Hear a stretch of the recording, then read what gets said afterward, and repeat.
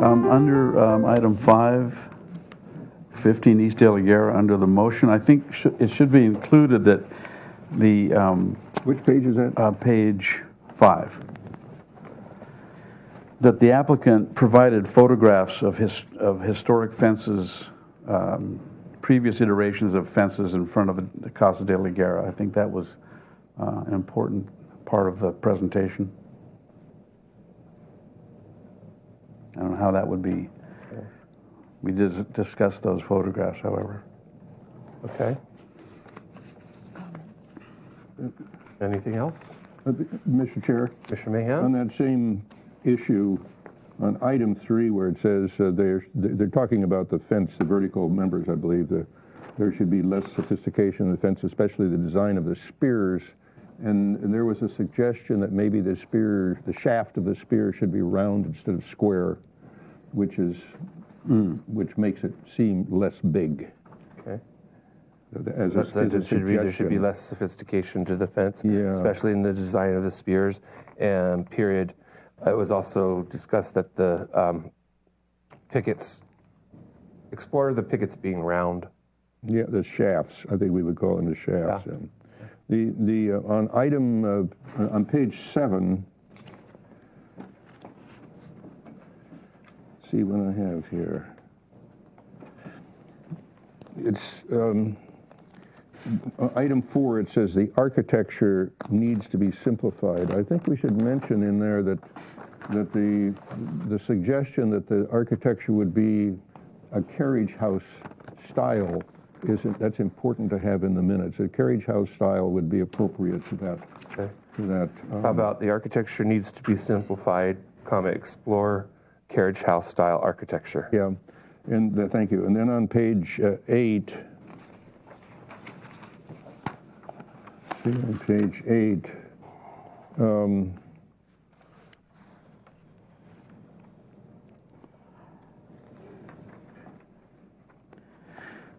Item 8 of the motion, it says the corbels on the garage opening should return. And I think really what they mean is that the corbels on the garage entrance should be as thick as the wall that the corbels are attached to, what I remember. something like that. So did you get that, Ms. Sanchez? Okay. And then on let's see, there's one other one here on page 3. Page 3. What am I doing here? Page 3. Item 3 on page 10. Wait, item 3 on And page under the motion? 10. Well, I'm trying to figure it out here. So is it 3 on 10? Oh, page 10. Okay, on page 10, yeah. Item number 9, page 10, under the motion number 3? Yeah, right. It says, acknowledge the 1-year limitation on approval, typical, so on and so forth, and it says the commission grants this project an approval of 3 years. I thought it was 2 years. Was it 3? No, I think it was 3. It was 3. Commissioner Yes, it was. Lavoy? Yeah. Okay. The duration of the That's fine, then project. I had a wrong recollection of that. Thank you. Mr. Chair, Yes, Ms. Sanchez. Commissioner Drury, give you a little more direction on that first item for the De La Guerra. He wants to acknowledge that the commission saw photos. Yeah, I think it's important that How about this? The commissioner requests a focus letter report this is from number 1, I'm sorry. The commission requests a focus letter report addressing the potential impact of this change to the resource. In addition, the commission requests a report explaining the problem that necessitates the fence. Additionally, the commission would like the historical photos incorporated into the focus letter report. Yep.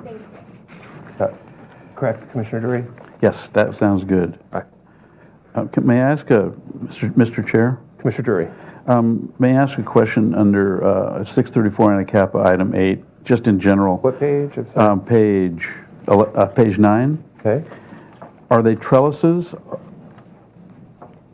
Where are you? I'm sorry. Page 10? Are they because What are you talking about? Okay, please Are they give me the pergolas? page number and the I'm item sorry. number, page 9? and then the motion number. Page 9, and under the motion, the item 8 at 634 Anacapa. 4, item 4 under the motion. Okay. Are they trellises or pergolas or gazebos?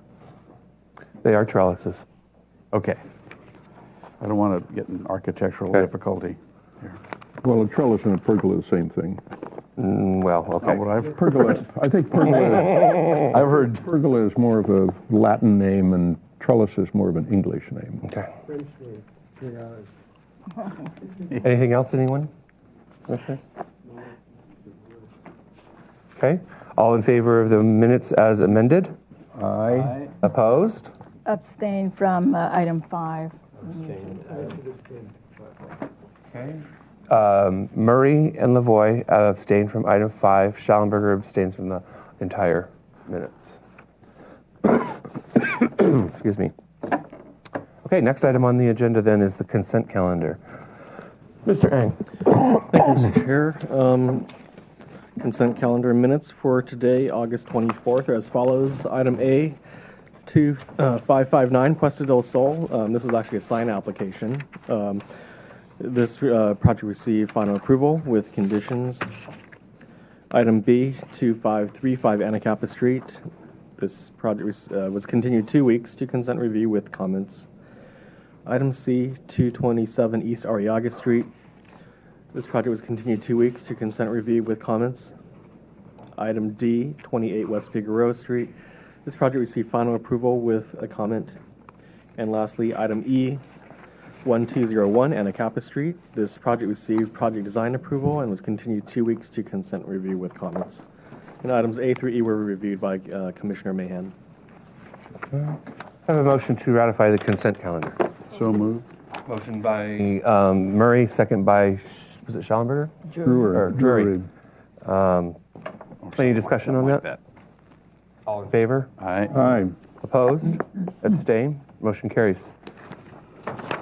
Next item on the agenda then is announcements. Any requests by applicants for continuances, withdrawals, any future agenda items on Planning Commission, City Council, or Parks and Rec Commission that we should be aware of? Mr. Eng? Yes, the review of item number 1. This is the Phase 3 Archaeological Resources Research Design Addendum. That has been postponed indefinitely at the applicant's request. Okay, hold on, please. May I have Which item was that? item number 1? 1. May I have a motion to postpone item number 1? So moved. Second. I have a motion by Drury, second by Vena. All in favor? Aye. Aye. Opposed? Abstain? Motion carries. Continue, Mr. Eng. And also, Commissioner Murray has informed me that she'll be leaving a little early today at 4 p.m. Okay. And Mr. Chair, Commissioner Drury? I have to leave at 4:30. Okay. Mr. Chair, I have an announcement. Go ahead, Commissioner Mahan. I've learned from Judge Hill, who was on the committee with myself and Commissioner Lodge to review the new courthouse, the new criminal courthouse, that it is not proceeding at this time because of budgetary problems. The estimate is at 100 million, and the budgeted money is 90 million. So they're off by 10 million, which is not that much for the state, but it's not proceeding right now. Okay. So I'm assuming they're working on obtaining those funds and then it'll proceed, or? Either obtaining the funds or value stripping the engineering. project, Okay. or probably both. Right. Somewhere in the middle. Okay. All right. Any other announcements, commissioners? No? Okay. Next item on the agenda is subcommittee reports. Were there any subcommittees that met in the last 2 weeks? Mr. Chair, Commissioner Drury? yes, the average unit size density program was, the subcommittee met, and I think that item 2 will explain what we've been up to, which is good stuff. Who attended that meeting? Commissioner Grumbine, Commissioner Orias, Commissioner Mahan, and myself, and Mr. Lamone, Okay. and Commissioner Lodge. Commissioner Lodge, Great. Thank you all for the attending that. gentleman that took care of the maps. And Renee Brooks. In their name. Brooke. Okay. Any other subcommittee reports. All right, then we'll move into the discussion item number 2, which is the average unit densities AUD incentive program. We have Renee Brook, city planner. Renee Brook, city planner. Jaime Limon, design review supervisor. You're going to be using the keyboard? Yeah, so I'll switch it over to him in a minute. Awesome. Please go ahead and introduce yourselves. Thank you, Mr. Chair. My name is Renee Brook, City Planner, I'm Lee Limons, Senior Planner. and we really appreciate the time on your agenda today. I'll start off by with a brief introduction and kind of set the stage for the discussion. Then Jaime will go through most of the presentation, part of which will include a report out from the subcommittee that has met on this twice in the last week. So the average unit size density incentive program was first envisioned when the general plan was adopted in 2011, and then the ordinance itself was adopted in 2013. So we've had 3 years now with the ordinance in place. When the general plan was adopted, a big component of the general plan was what we call the adaptive management program. And so it causes us to look back every year at how the general plan is doing in terms of meeting its goals and objectives. And so we're now 5 years into the general plan adoption, and the AUD program is the one and first program that we're identifying right now that may need some adjustments. So that's really the purpose of this discussion with the HLC, as well as other discussions we've been having with the Planning Commission and will have soon with the Architectural Board of Review. So the purpose of today's discussion, as I mentioned, I'll briefly review the AUD program objectives because I think it's helpful to understand what the intent of the program is. And then Jaime will go through the following bullet points to talk about HLC's review of some of these projects because you are a major player in these projects as the program is set out. Most of these projects only require design review from either the HLC or ABR, so that has presented some challenges we're aware of. And then Jaime will also go through some tools that we've been talking about, some that are available, some that we might be able to develop to help the design boards with their review of these projects. And then we'll summarize the subcommittee report, and then that can be augmented by the committee members themselves. And then we'd ask at the end for your direction to staff in the subcommittee, and also I'll add to City Council because we have some upcoming meetings both with the Planning Commission and the City Council where we plan to dig in a little deeper to all aspects of the AUD program. The first or next upcoming meeting on that will be a continuation of a Planning Commission discussion we had on July 21st. We're continuing that discussion. That will occur on September 6th. And then following that, we'll have our semi-annual joint meeting of the City Council and Planning Commission on October 27th. And we expect the AUD program to be the primary focus of that discussion. So your input will be very timely and important to that discussion. So real quickly, just reminding, again, as I mentioned, the AUD program was envisioned in the general plan to encourage smaller rental and workforce units close to transit and easy walking or biking distance to commercial services and recreational opportunities. It also recognized that there would be some more affordable units in balance with some larger units so that projects themselves could still pencil out for the developer. When the actual ordinance was adopted in 2013 into our zoning ordinance, it got, again, reiterated the goals of the general plan and stated again that the types of housing that are encouraged by this program are workforce housing, smaller units with increased densities and development incentives in order to get those smaller and more dense units. So just summarizing briefly, what we believe the program objectives are to encourage smaller rental units close to transit, services, and recreational opportunities, and to encourage workforce housing. And that generally is considered that housing type that's affordable to those that are within 120% to 200% of the area median income. And those are terms we use a lot when we're talking about housing affordability. So anything below 120% is what's categorized either as middle income, moderate, low income. So it is recognized. It is that upper middle income that we are targeting with these units. So I'll hand it over to Jaime now for the remainder. I'm sorry to interrupt you. What is that income number at this point? Mr. Chair and Commissioners, I can find that. I have it here, and then I'll dig and find that while Jaime's going through, if you don't mind. That's fine.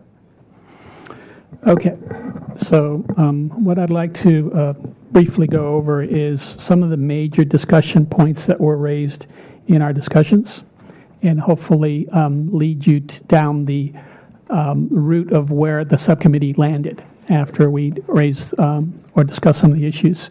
But obviously, the primary challenges that this program has is dealing with the size, bulk, and scale and compatibility with respect to how it infills with existing development and our historic resources. That seems to be what a concern was that has been expressed several times, especially in El Pueblo Viejo. And obviously, with high-density development, you see architects pushing the envelope of achieving the goal of high density, pushing buildings towards property lines, getting buildings to be designed in the most efficient way, which is sometimes stacking the units up. And therefore, you have a different model of building now being proposed. And so that definitely is a challenge. In dealing with the required open space and increased setbacks, which might be offered with respect to meeting the basic zoning and incentives that are allowed, and the challenge that this commission has in achieving more open space. Because one of the things that we were discovering is obviously some of these buildings are bulky, as Mr. Mahan pointed out on some of these previous projects that have been submitted. And how do you change the bulkiness of that project and get maybe even the footprint smaller? It's a challenge to get that open space on the ground floor, which is one of the concerns that was raised, that we were not getting enough on the ground floor. And then there are concerns about protection of neighborhood character. It was pointed out that when you look at the building footprints of El Pueblo Viejo, we have very dense development along State Street corridor and Chapala corridor, and then it actually opens up as you go towards the eastern part of the city. And we had the benefit of some aerial topography and LiDAR mapping that Commissioner Grumbine came in and showed us, that actually showed how you saw building footprints change as you get into the residential neighborhoods. And we do have that residential zoning occurring in El Pueblo Viejo, and therefore we need to figure out what is the context of the neighborhood. And I think we're going to talk about how we can get more information with respect to that. Next slide. Oh, pardon me. We also brought up the commissioners brought up the question of livability of units and providing sufficient amenities, and the need to actually state those amenities that are expected, because right now we have limited guidelines that speak to those issues about what is expected for these units. So I'd like to go over the existing review tools that are available, and I think this points to some of the questions that there might be insufficient information being provided to the commission. And I think one of the conclusions of the subcommittee was to try to get actually staff reports presented to the commission. It's a little unfair that we do a lot more work for the planning commission to give them the facts and the perspectives when you forward those projects up there, and we don't do that here. And we actually are limited to that degree. We've tried to do that more and more for AUD projects to get a better sense of the internal reviews and the concerns that we have. But I think there is some commitment from our city planner and to try to staff and give you that information as part of your review process. So site visits have and always been something as a tool to have you go out and look at a site if you feel sufficient information isn't being provided, or you feel it's important for the commission to go out to review these sites. Story polls and models, obviously those are definite tools that you can use to get those different perspectives. Plan submittal information. One of the things that we've noticed is that we really have not presented Florida lot area ratios, FARs, even though it's actually a tool that we've put in your EPV guidelines under the appendix that talks about a range of FARs, and that information hasn't been provided. And there is a change when you see higher FARs towards the 1.5 and 2 FAR ranges, that does point to an indicator, and it could be information that this commission should look at so you can compare projects to one another. We don't provide necessarily the percentage of building footprint lot coverage or the open space percentage. That is an indicator too. You see a project that has 94% building footprint coverage, should be an indicator. Now, what is that minimum for open space? That's something, again, we need to have some really good success projects to actually say what makes that project special and open enough. And maybe we can look at those projects and give you that information about what is the percentage of open space. We were doing some calculations, me and Renee, and did discover some variations of open space and FARs. Arlington Court was one project that we looked at, and they actually increased the amount of space for landscaping as a result of that project. When they put that footprint down, they actually took a lot of parking lot away, and with that new building, it created more landscaping as part of that. I think it doubled. And so, there are projects that have space. Obviously, larger lots have that ability. So the challenge is what happens with the smaller lots. How can you get more space in those projects? And then obviously you have compatibility criteria that you use right now. One of the things that was brought up in the discussions was how can this commission find projects unacceptable? Just say no to a project when you feel there's concerns about the design. Well, you have that right now under this current criteria about whether you feel it's compatible with the neighborhood and whether or not you have sufficient open space and landscaping. And if you don't, that could be a basis for you saying, no, it's not good enough yet. But again, going towards focus on our guidelines, we do have sufficient guidelines in place, but one of the things that's missing specifically is infill guidelines, how you deal with multifamily infill projects and how they deal with respect to adjacent resources. Yeah. Because we talk about being sensitive. Well, what is that, right? And I think this subcommittee has some work to do to look at potential guidelines that will address those issues more carefully. And once you have some solid design guidelines, that could be another basis for you to say, it doesn't meet this guideline, and we'd like some adjustments until you feel it does. Next slide. So some of the big issues that were shared and discussed, we had a letter from Ms. Sheila Lodge that brought up the issue of affordability of the projects and making statements that really recognize that some of these new AUD projects are providing expensive high-rent rental units, which wasn't the goal. And unfortunately, you get the density, and sometimes we can't control the market per se. We're getting rental units, but they may not all be small, affordable units. And I think the city planner pointed out that we can't require a percentage of those to be affordable, correct? And that's borders on, I think, some type of rental control if you try to impose that requirement. One of the other ideas that was brought up is redrawing the AUD high priority map. And I don't know if it's listed correctly, but the idea would be to take away some of the high priority overlay in the APV district. That seems to be where there's some conflicts that naturally might occur. And I think we recognize that at some point, that we actually try to target areas that would stay away from some of those resources. The staff is pretty adamant on not establishing a set buffer. We don't like that word as far as saying you can't build within a certain distance of a resource.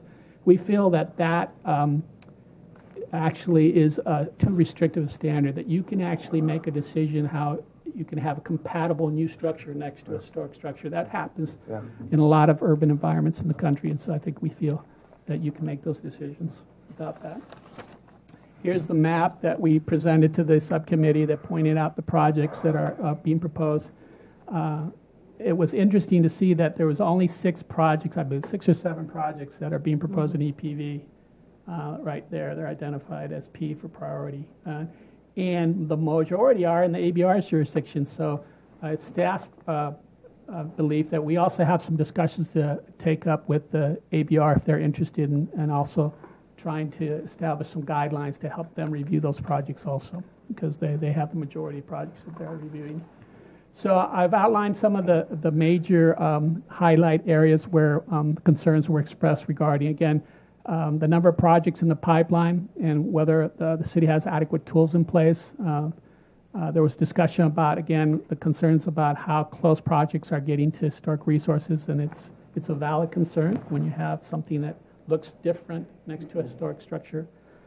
Determining that redrawing, revising AUD overlay maps would be too lengthy a process, need to deal with the projects already submitted. And that was a conclusion, I think, that Mr. Mahan summarized when he pointed out that it does take 5 votes of council to try to change anything related to this mapping and zoning. So the more immediate solution was to try to develop some design guidelines that could be implemented right away. And I think the subcommittee at this point has agreed to that. However, what we didn't get to was to actually review the proposed design guidelines because of the limited amount of time that we were trying to meet. So I think we're committed to continue those discussions with the subcommittee, to have them vet the guidelines that staff has drafted, to try to come up with some stronger guidelines that would have you give more ability to use in order to get that project that you feel is appropriate for these neighborhoods. And that's where I think we're at. We would like the commission to confirm that the subcommittee's heading in the right direction. If that's the majority opinion, we'd like to have that. Well, question on those last 2 points that you made. Agreed that it would take too long of a process to revise the map. So I think getting the design guidelines in place as quick as possible would be a good idea. But could we do both? Could we get those design guidelines in place as sort of an intermeasure, and then as a fallback have those overlays revised? Is that? I mean, that way we have something to really hang our hat on, with those maps. Mr. Chair, I think that's fair, and if that's the desire of the commission as a recommendation forward to City Council, then we could present that to them as here's kind of a phased approach for how you would recommend that you could address some of these challenges. I don't want to open a discussion with the commission right now, so I'll bring it up later. I want to get through your presentation, and then I want to hear public comment, and then questions from the commission. So keep that in the back of your minds as maybe we could do this sort of incremental approach or phased approach, as Ms. Brooke called it. I'm sorry, continue. Okay. So the subcommittee focused on key issue areas, and I've broken them down into categories because I think that's going to be the multi approaches that we could use to improve how we review projects. The first area is the design and unit configuration changes. There was some discussion about the size of units, a number of bedrooms, and whether we could limit the number of baths per unit. That sometimes that would encourage sort of a dorm-like approach, which adds additional size to project size units. And so I've labeled that as that area. And I'll go through those in more detail a little later, but I just wanted to give you the category types. There's additional application submittal requirements. That's something that is coming now. We're seeing more and more 3D images. You've seen those projects come in with those type of perspectives that we have different software that's capable of providing that. I think it was suggested by Commissioner Grumbine that maybe that giving that presentation on paper so you see those static images rather than trying to circle around the project, and that could be problematic trying to use the computer with that model. But if you can see certain perspectives and over time understand which perspectives are more important to be shown, I think that's some of the things we're talking about. We've also talked about additional submittal requirements with respect to design intent statements, explaining why the project was designed in the manner it was designed, what their goal is to achieve, so you understand why they proposed the project as proposed, and then maybe even understanding context and an explanation of why they think the project's compatible. Let them make a case in writing why they think this project fits in, and that could help also explain it. If you can't defend it by providing a reason, a rationale, then it's probably going to be problematic. Yeah. And you also can possibly poke holes in it if you don't agree with their conclusions with respect to compatibility. Process and project review design changes, again, I think that has to do primarily with design guidelines and allowing for a project staff report to be presented. That would be something that could also help in the process. And so you have that information provided with you early. We've learned that lesson, that you actually trying to absorb this information so we don't just provide it to the day of the hearing. And I think there's also a suggestion for mandatory site visits. And I'd like to walk through these preliminary recommendations that are preliminary because the entire subcommittee has not finalized them. So we've decided to put them down in writing and have them vetted some more. We talked about, again, bedrooms per unit.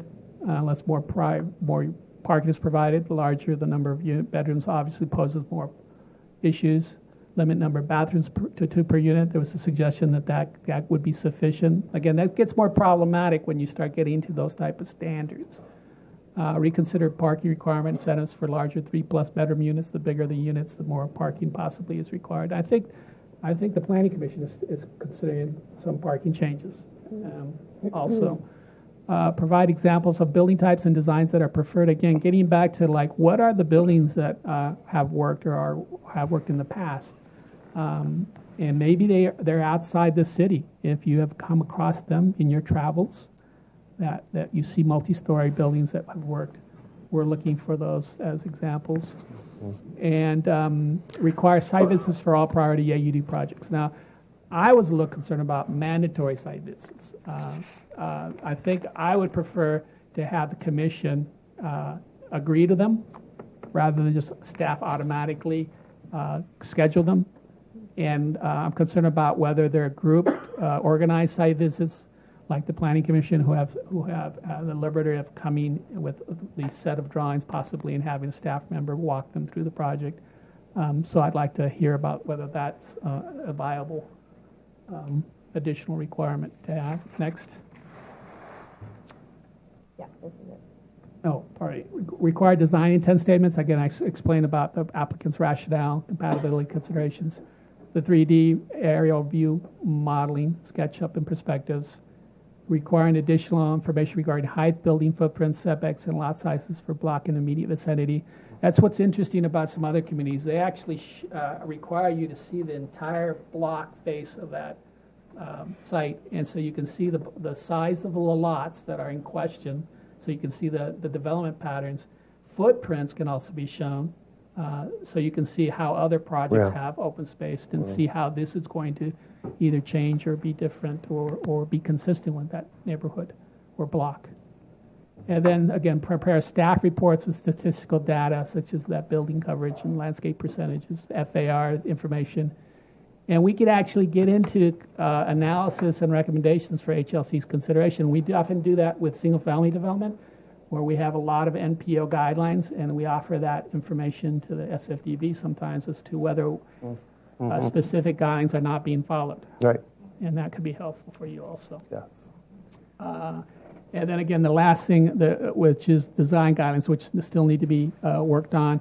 But some of the areas that I think the subcommittee was focused on was neighborhood character, protecting that, open space. There was some discussion about roof decks and whether they are appropriate because they essentially become, instead of ground floor open spaces, that one of the options is roof decks that are available. And I think that's going to be reconsidered through the ENZO process. That's being reviewed, right? It is one of the aspects that's being reviewed right now as part of the new zoning ordinance is where open space and how much is provided on projects. So that's very much up for discussion. Okay, good. It was recognized that fourth stories may not be appropriate in all parts of EPV and may not be appropriate at all, depending on the design, and that there should be some sensitivity on how they're designed and incorporated into projects. Along with adjacent historic resources and plate heights and residential livability features. So those are the sort of areas that I think the subcommittee are going to focus on in whatever comes up that will assist the process. I think Direction. this direction. So we'd like to see if the entire commission feels the subcommittee is on track with their efforts to date. We're going to try to initiate these application submittal requirements and review process changes. We think we can do that fairly quickly, and continue these subcommittee discussions on these infill design guidelines, with hopefully we can re-forward them at some point to the Planning Commission and Council for consideration. Okay, well done. Excuse me, question. Yes, Commissioner You Arias. said for consideration.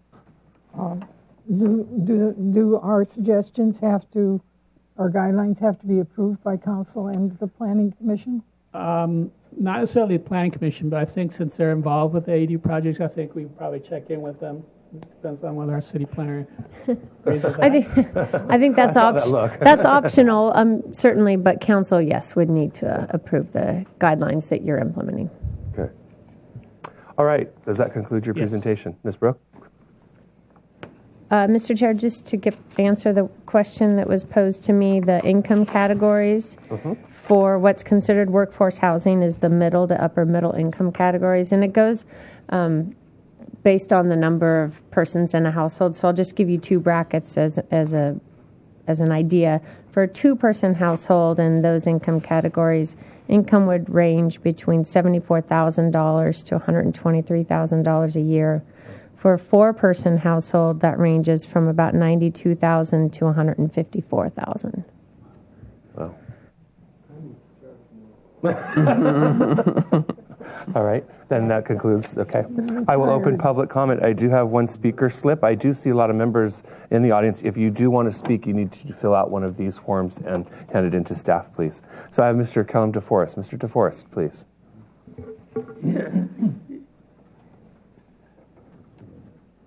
Well, I think I would like to see the scope of the Historic Landmarks Commission expanded. The problem has been that some of these AUD projects are reviewed by the Architectural Board of Review rather than HLC, and they abut or are very close to historic landmarks, and I would like to see that the jurisdiction, besides in the EPV, the jurisdiction of the HLC extend to historic structures that are impacted by these AUD projects, because the AUD products generally tend to dwarf any historic structures of Santa Barbara. So the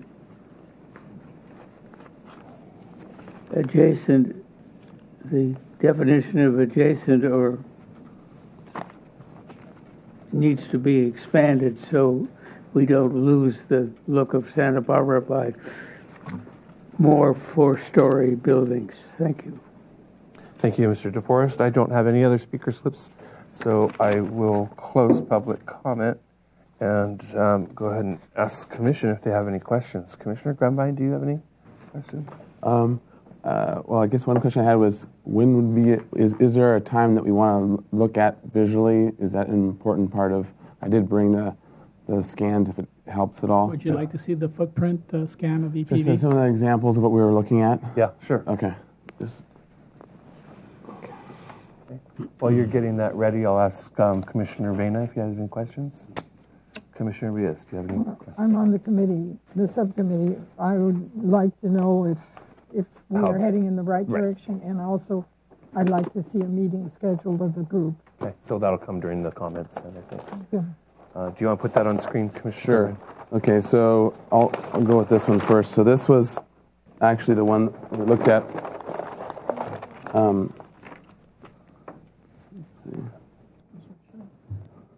So just a Pointer? let's see. Can you do the mic too? Oh, yeah, sorry. I think mine's on. Yeah, there we go. Okay. Unless you want him to take it off and use the phone. We get double feedback. So some of the things that we looked at when we were looking at this is from Scanning Committee OGO, but it's actually a 3D model, and I just took the shot of it looking straight down. It's in SketchUp. And just in looking at it, comparing, so for example, Casa de la Guerra is right here, De la Guerra Plaza, and looking at State Street, right, and the density here, and how everything's built to. But one of the things that we were talking about with looking at historic blocks and how you have La Arcada here, and you have San Miguel. San Marcos, sorry. Building and with the passageway through. So one of the things we were looking at was just the way in which the size is very sort of much smaller and more intimate, the way that the block gets subdivided, then compared to even Piazza Navona, Paseo Nuevo. Piazza Navona. My Italian and my Spanish go back and forth. Rome collapses with everything nowadays. Don't say that because there wasn't an earthquake in Italy. Yeah, it's true. Or looking at other examples that we've seen with Chapala One. And so looking at sort of the density of that block, looking at this scale allowed us to really see that huge difference between a lot of the things they're proposing. So this is what we talked about, possibly looking at a couple blocks around whatever the site is, and being able to look at really compatibility. And I guess one of the other things I thought of afterwards, but especially with ABR, is in some ways State Street really is our most dense and strongest move in the city, and in some ways it kind of brings up the question of if this is outside of El Pueblo Viejo and we're doing this density that's really not what historic 1920s Santa Barbara was about, it might get in sort of competition with that as well, even sort of dwarf it. So that was just a thought afterwards I had, but this was the map we used. And then this is a printout of, I actually had the model on the computer when we were talking in the subcommittee, but this is looking at or 3D. That's a full 3D bird's eye, yeah. And you can see here State Street, and then you can see things like Chapala One, and other developments. But as you zoom in, it's actually very detailed and it's accurate to like I think 3 inches or 5 inches, something like that. So it allows you to spin around and turn and take all different shots. But it really is a great tool both in plan and in actual feeling the size of the buildings and the height of them. So I thought that we should start. It could be a great thing for us to start using. Mm-hmm. Yeah. Could you point to where the 800 Santa Barbara Street is so then we can see? Okay, let's see. This is De La Guerra right here, right? No. No, because we need. I think it's up. This might be De La Guerra. It actually might be visually connecting it without. Once you zoom in, it clears it. Yeah, because it's not showing De La Guerra Plaza there. So. Oh no, you're right. Sorry. It's probably in this neighborhood somewhere. Are we looking toward the ocean? Oh, maybe on this next one. We're looking northeast. Yeah. Toward This is easier. So this is Just Plaza like De La that. Guerra. So North this would be straight up. 800. Right in here. Yeah. That's 800 State. That's Santa Barbara Street. Yeah, that's it. Yeah, that's Anacapa School. Yeah. That's the existing. Yeah, and there's the museum. Yeah. Yep. So, Mr. Chair, Commissioner Commissioner Drummond, and that modeling one you just showed, you can go to street level. yeah, right. So you can get a put complete perspective. you're in a full 3D model. You can fly around. You can say, I want to stand right here and look this way. Yeah, and you can do that. I think that's really important. And so it's in SketchUp, which is also a free program that anyone can. It's actually meant to be very user friendly.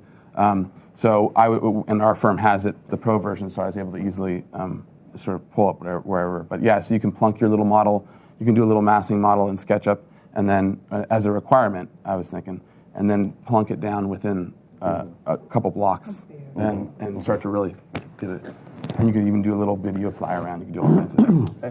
Thank you, Commissioner Grump. I appreciate it. Okay, so we left off with questions. Commissioner Lavoie, did you have any questions? No. Commissioner Murray, do you have any questions? Commissioner Schallenberger? No questions. Commissioner Mahan? No. Okay. Commissioner Drury, any I questions? do have one of Mr. Lamone.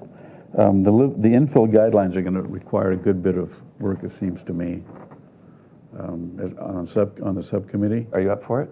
Yeah, absolutely.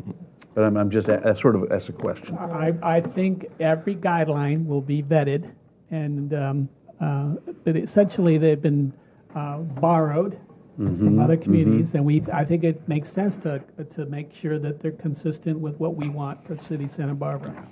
And I would expect wordsmithing and looking at each, and if we don't like it, it gets removed. Okay.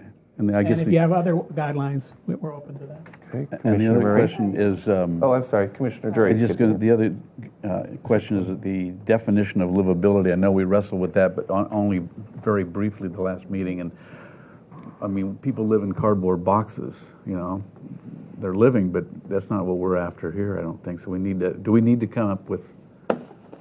Well, I think there are amenities and features inherent with that, what we consider better quality of life, Yeah. and light, air, open space, areas for kids to play or to be able to sit outside and read. I mean, there are things that I think we can develop as goals. Now, whether you can achieve it on every project is a challenge, and so Yeah. not all projects can get all those amenities. Yeah. Thank you. Okay. All right. Then comments, and I think specifically we want to hear from the commission on the direction of the AUD subcommittee and their efforts to date, and we want to confirm that or make any comments towards that. We also want to comment on the possibility of phasing in the map overlay revisions along the same time that the design guidelines are drafted and implemented. So if you would like to speak to those questions specifically, that's encouraged. However, if you have any other comments, please feel free. Commissioner Grumbine. No, I'm good. Okay. Commissioner Vena. Commissioner Rios. My only concern is that we get this done as swiftly and as accurately as possible.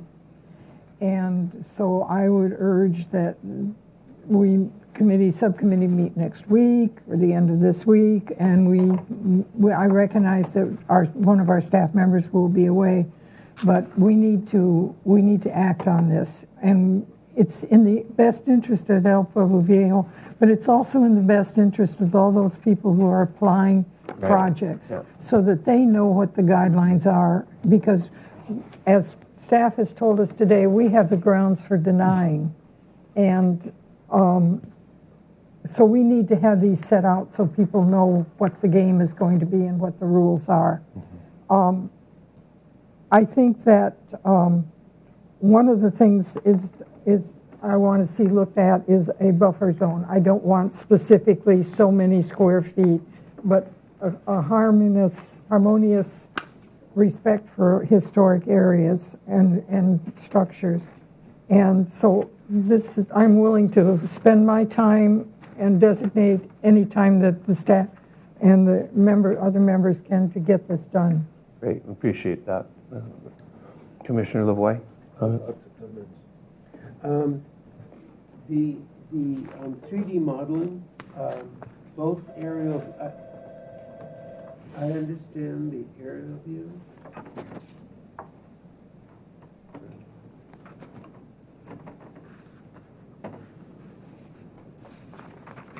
I understand the aerial view.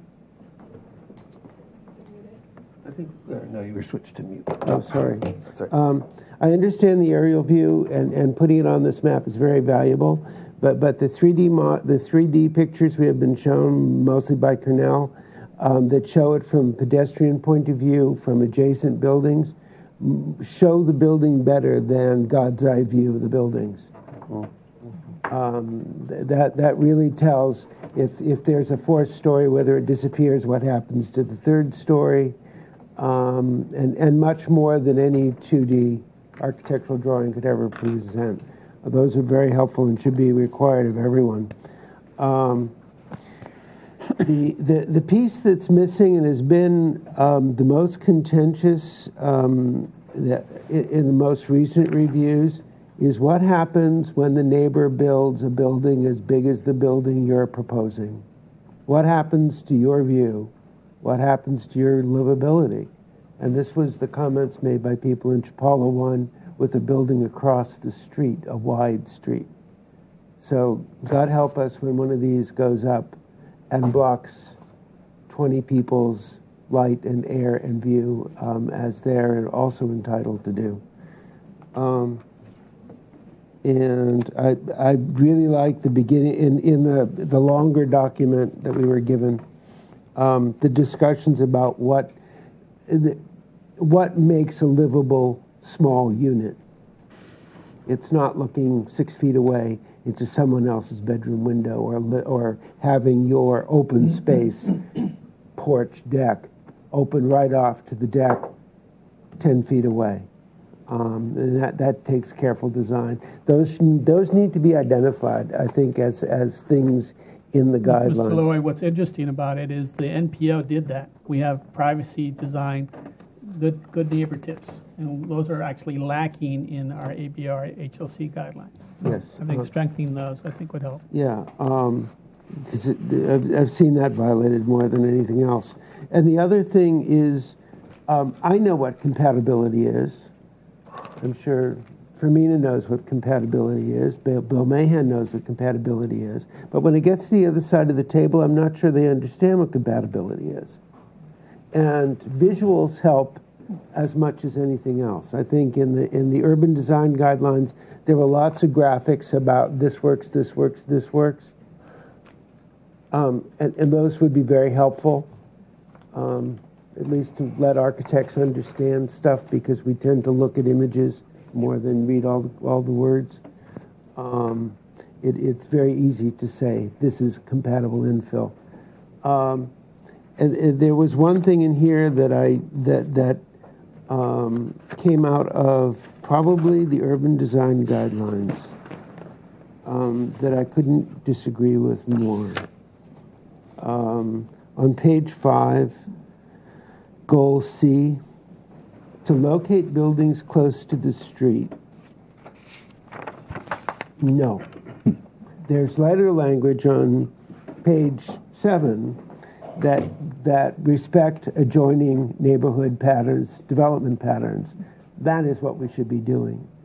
When you start packing houses in, I grew up in Chicago, and one of the things that made Chicago livable in great density was we all had 20-foot front yards. We had boulevard parking between the sidewalk and the street. And I can't tell you, coming from Boston, which doesn't have that, made Chicago a much more livable environment. A place to play, a place to walk, a place to be in, to live in. We also had generous backyards, but within the urban core. That's very important if we're going to preserve what Santa Barbara looks like. If we build everything to the sidewalks, we'll be New York City. Well, Mr. Lowe, I think that was intended to have the parking not be placed in front of the building, right? Well, that's not what it says. Well, we can tweak that a little bit more clear. The parking should not be in the front. Right. No, that's part of it. We can adjust those goals. Otherwise, this is a great document. Do you think the subcommittee is moving in the right direction? I do. Commissioner Murray. Yes. I want to thank the subcommittee and this whole work going forward. I really agree with the Commissioner LaVoie's comments. We have wrestled with these kinds of issues. One of the biggest concerns I have is that we have now found out that one of the unintended consequences of this project, of this AUD, is these units are not really truly affordable.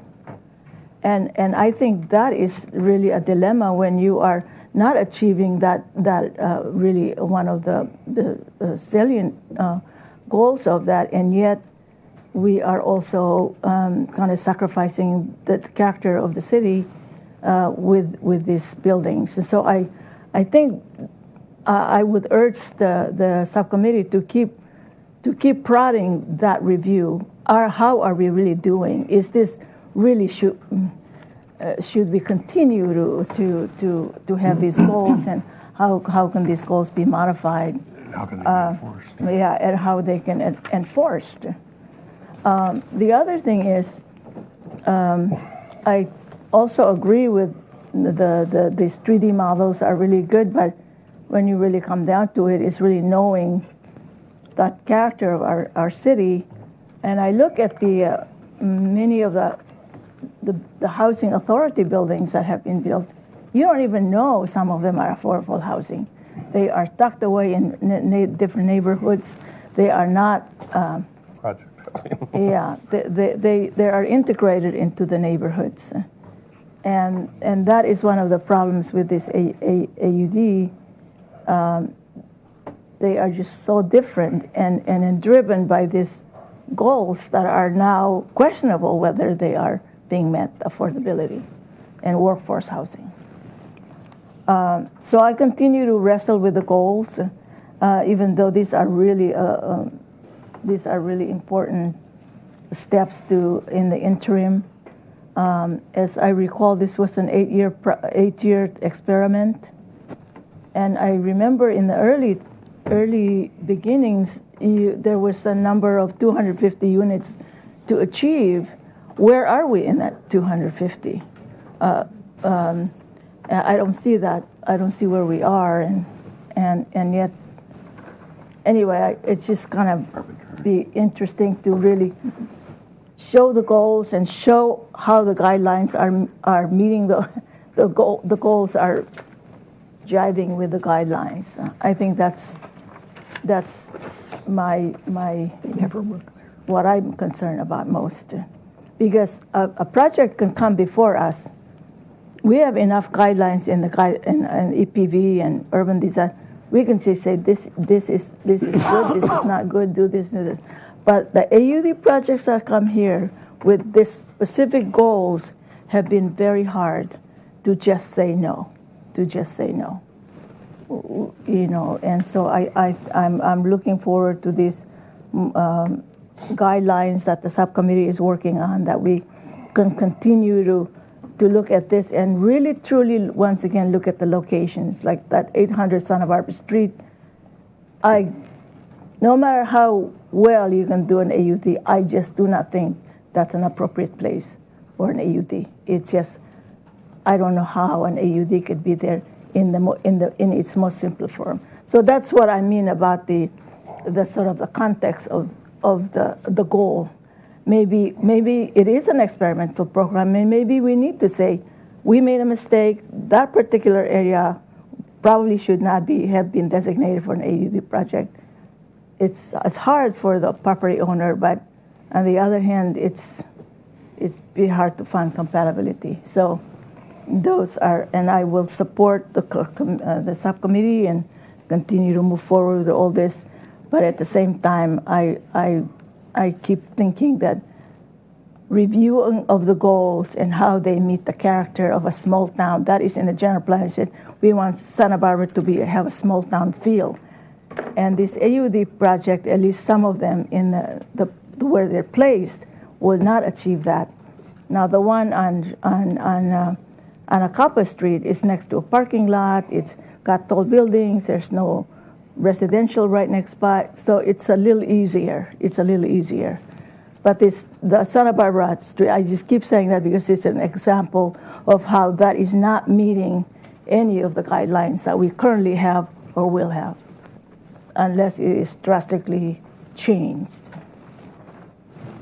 Okay, Commissioner, Commissioner Schellenberger. I know I wasn't here last Whatever. Commissioner, whoever. Easily forgot. Yeah, how quickly they forget. Sorry about that. So, thanks for the great work here by the staff and subcommittee. That's appreciated. I had one quick question that, just to clarify. So, reprioritizing sites or revising the map, that's the same thing as an ordinance revision, isn't it, in terms of process? Mr. Chair and commission members, that's true. Yes, it would be a zoning ordinance amendment like any other. Okay. So I do support the concurrent approach then, I mean, in terms of implementing and expanding guidelines, but also concurrently pursuing the map and ordinance revisions. That seems like a no-brainer. But I think the one thing that sticks out to me most about this is it's page 3 of the handout, but it was the slide called Review Tools Available. And I just think that we're not using the tools available enough, I think, is really where I'm coming down after having listened to the presentation and thought about the slideshow last night. There are so many tools available to us already with all the different guidelines that are out there. I heard the term stacked units. That could prevent an EPV design guidelines problem that's already available to be addressed in terms of just aesthetic review of the building itself, the massing. The other term thrown out was bulky. I mean, there's a appropriate size, mass, bulk is the word, height and scale. That's in the project compatibility analysis. And I think it just comes down to a complete and comprehensive understanding of the EPV and historic guidelines and applying those to these projects as they come through. And honestly, it's very easy or justifiable to deny a project based on incompatibility with these guidelines and these analyses. And frankly, we can make that determination, and an applicant is more than free to appeal to a higher level, whether it's Planning Commission or City Council. And but as an advisory committee within our purview, protecting historic resources, we should not be shy at all about implementing these guidelines. Mm-hmm. So I do think that the direction needs to continue in the direction that it's going in order to solidify and give support to these processes and enhance the guidelines. I think is probably the net outcome here. But I just would like to reinforce using the tools available. Thank you. Commissioner Mahan? Yeah, I agree with most of the comments that have been made, maybe all of them. And I think the committee has made great progress, and we certainly want to continue. And I think we would like to have a meeting next week with whatever staff is available, and so that we can proceed. I think when we talk about pursuing changes to the map, that's a complicated. I mean, it's easy to say let's change the map, but there's a lot of complexities to that, and that has to be studied at the committee level, planning commission level, the ABR level. That's a big issue, and it's also a big political issue. Our own guidelines, I think we can proceed, and we can be very, very helpful to ourselves and also to our applicants if we have really good, strong guidelines that we've been working on. So that's the direction where I would prefer to put my efforts right now. And within the guidelines. Yeah, and we need to. I think it's really important that we have a map, though, in our guidelines that shows the historic resources at the border of EPV, because once you get outside of that border, then it becomes ABR, and the sensitivity to these resources that needs to be addressed. And I don't think that hasn't been in the past. It's been spoken about, but it hasn't. But there's no authority there, and we need to address that particular problem. So I'm very excited about what we've accomplished, and I think we can do better. The guideline, the EPV guidelines, if you think about them in that beautiful book with all the beautiful colored photographs and everything, doesn't really get too much into compatibility like the Neighborhood Preservation Ordinance guidelines are much more comprehensive when it comes to looking at adjacent buildings and how these things work together. Mm-hmm. And I think we need to address that issue. Thank you. Commissioner Drury. And on the same line, I'm assuming that the NPO and the APV guidelines can just be folded together. I mean, that's all part of the same. No. No, I think it's probably going to focus on single-family development, these guidelines. What we do envision is it could be a companion document to our urban design guidelines, supplemental to them. I think that's what we're leaning towards, and we wouldn't have to create a separate standalone document, guideline document. Get a pen to that. Well, I think the subcommittee is doing fantastic work. I'm really pleased to be on it. And is keeping with Commissioner Mahan and Commissioner Rios, another meeting is in order, certainly. And I'd like to budget 2 hours if we could.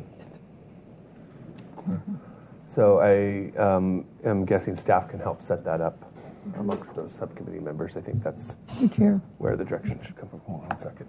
Is that? Oh, just on that, Mr. Chair, I think we could have one more meeting if we want to immediate with the HLC subcommittee. We do eventually want to incorporate a couple members of ABR as well.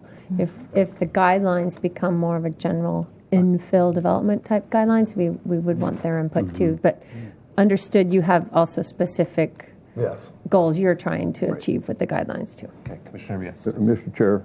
Sorry, Commissioner Rios is next. No, go with Mayan. All right, and then Commissioner Mahan, she's... well, I just wanted to point out that Commissioner Lodge has been at all of our meetings, and she's been very helpful as our liaison to Planning Commission.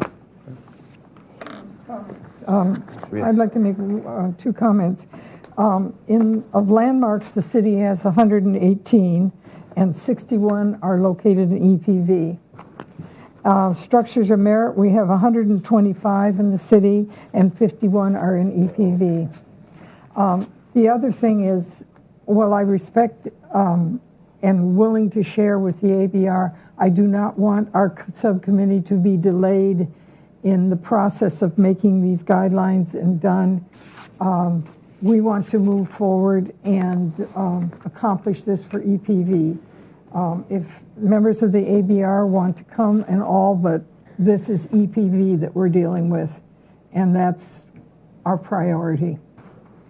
And so I would like to see a meeting scheduled the first part of next week, and then the possibility of additional meetings so that we all come up with the same guidelines and our homework is done and we are finished with that for the Landmarks Commission.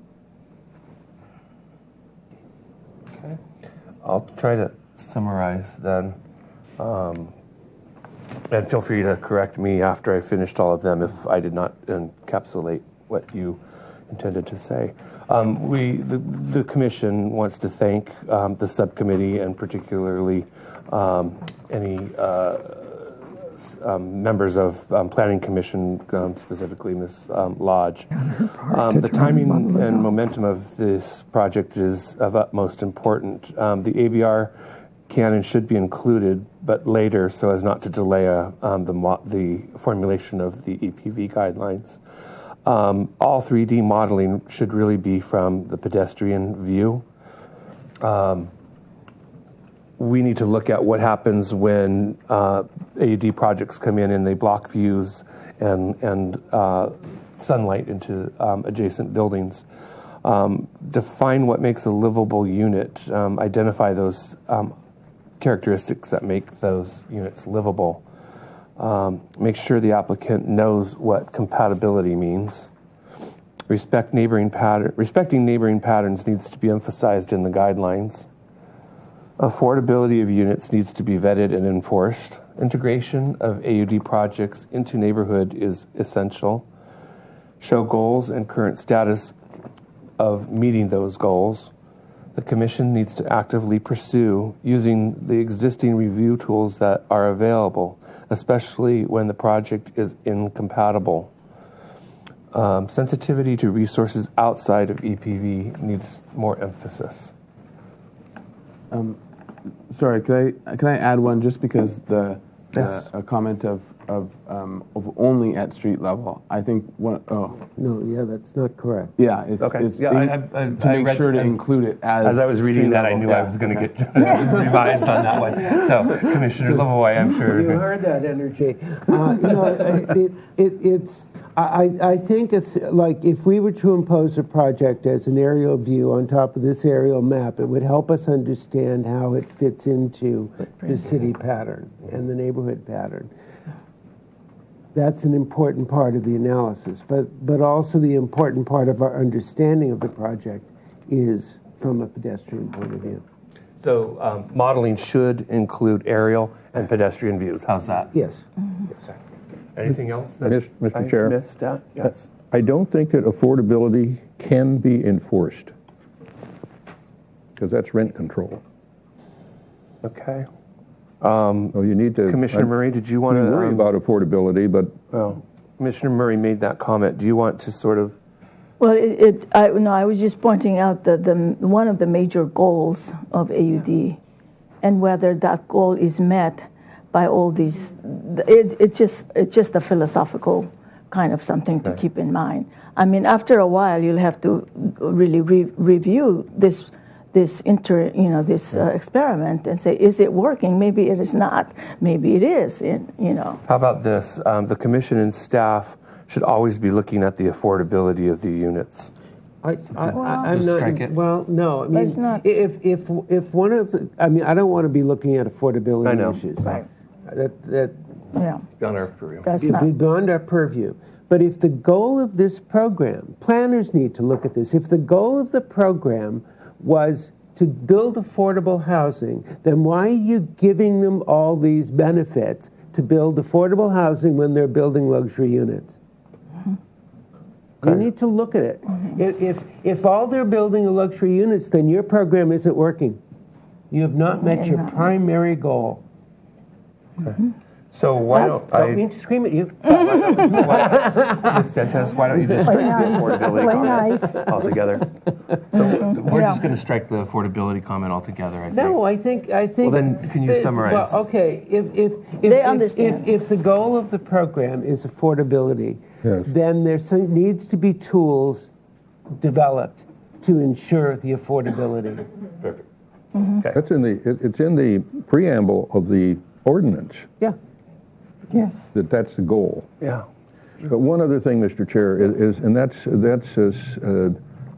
significant mountain views from different locations in El Pueblo Viejo.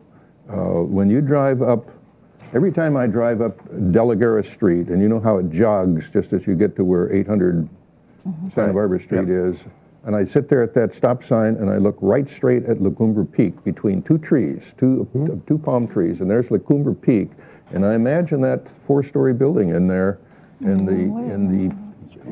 that view is gone, and we need to have some way to identify these really important views from significant positions in the city. Maybe some kind of a map like this that gets down and looks at the mountains. I don't know if they do, if they put the mountains into the map or not, but that's a question. Yeah. And I think that's Montecito Peak, but I'm not. What? I think that's Montecito Peak. But It is Montecito Peak. Yeah. What did I say? La Cumbre. Excuse me, Montecito Peak. Yeah, Montecito Peak. Sorry. Though, to my knowledge, I do know that SketchUp itself is with Google owns it, and you can actually put your model into Google Earth and actually see it from there as well. It's rougher. It doesn't have the same scanning detail that this has, but it might be an additional thing that we can require because you can see what your real views are. And actually, it's even starting to topo trees and stuff. So you can actually start to get a real, that could be another requirement as well. Okay.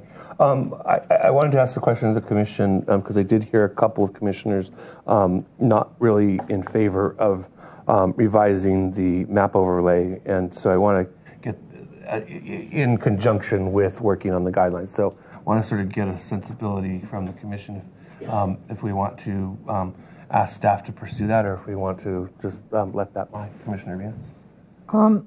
When we had the discussion of this matter at the subcommittee, Yes.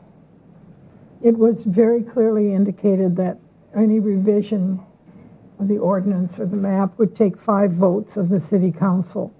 And generally, there were some comments from some people that those 5 votes, there would not be enough votes to change it.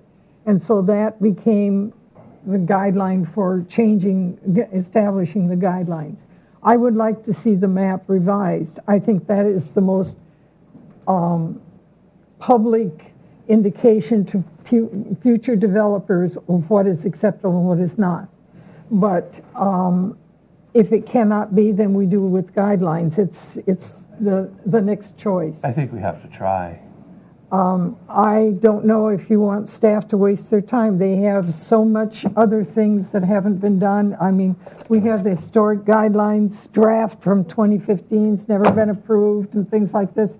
So we need to consider that staff is got a lot of projects on their plate, and what is the most efficient use of their time. Yeah. Well, and I don't think that the commission or subcommittee can put their finger on the vein of what the majority or how many council members are going to vote in which direction on the case of revising the maps. I don't think that we can do that. So I don't want that. I can only report conversation. I understand. I understand, but I don't think that's the purview of our commission. So I don't even want to get that into the record there. Commissioner Schellenberger. Well, just to follow on that in terms of purview, but we're an advisory committee. If we should be advising City Council that they should revise the map. Right. If we feel they should. If we don't, then we shouldn't give that advice. Yeah, so that's what I'm trying to get. They can do with it what they like, but we should provide that advice. Please.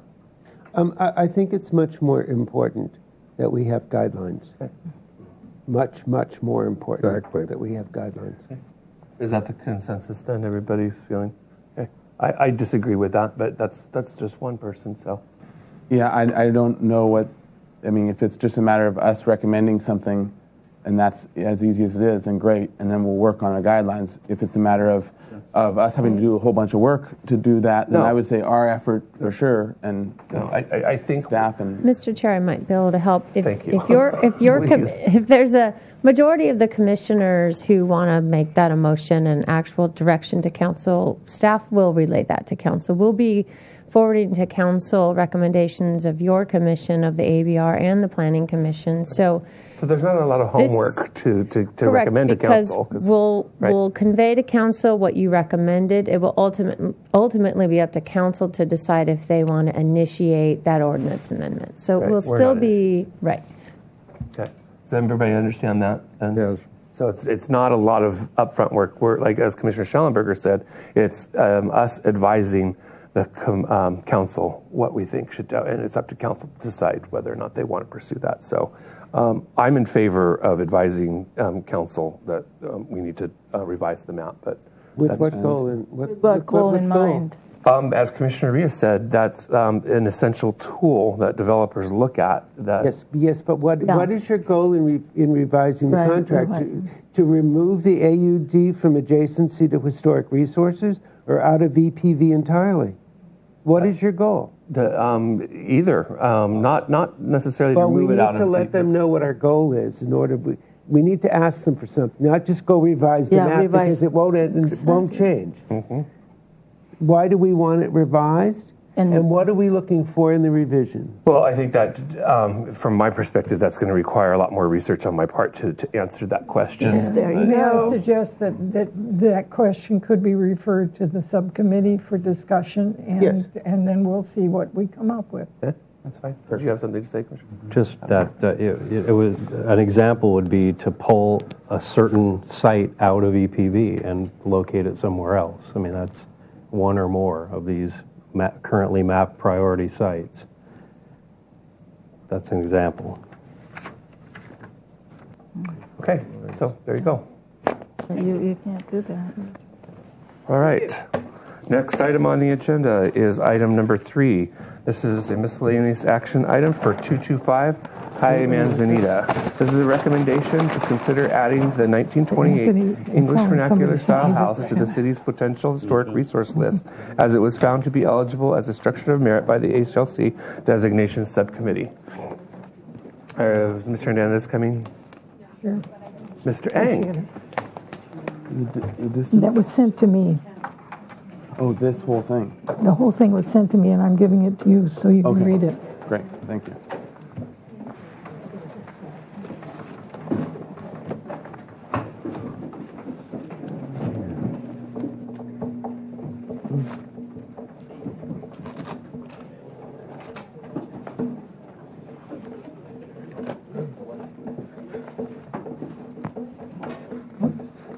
say something?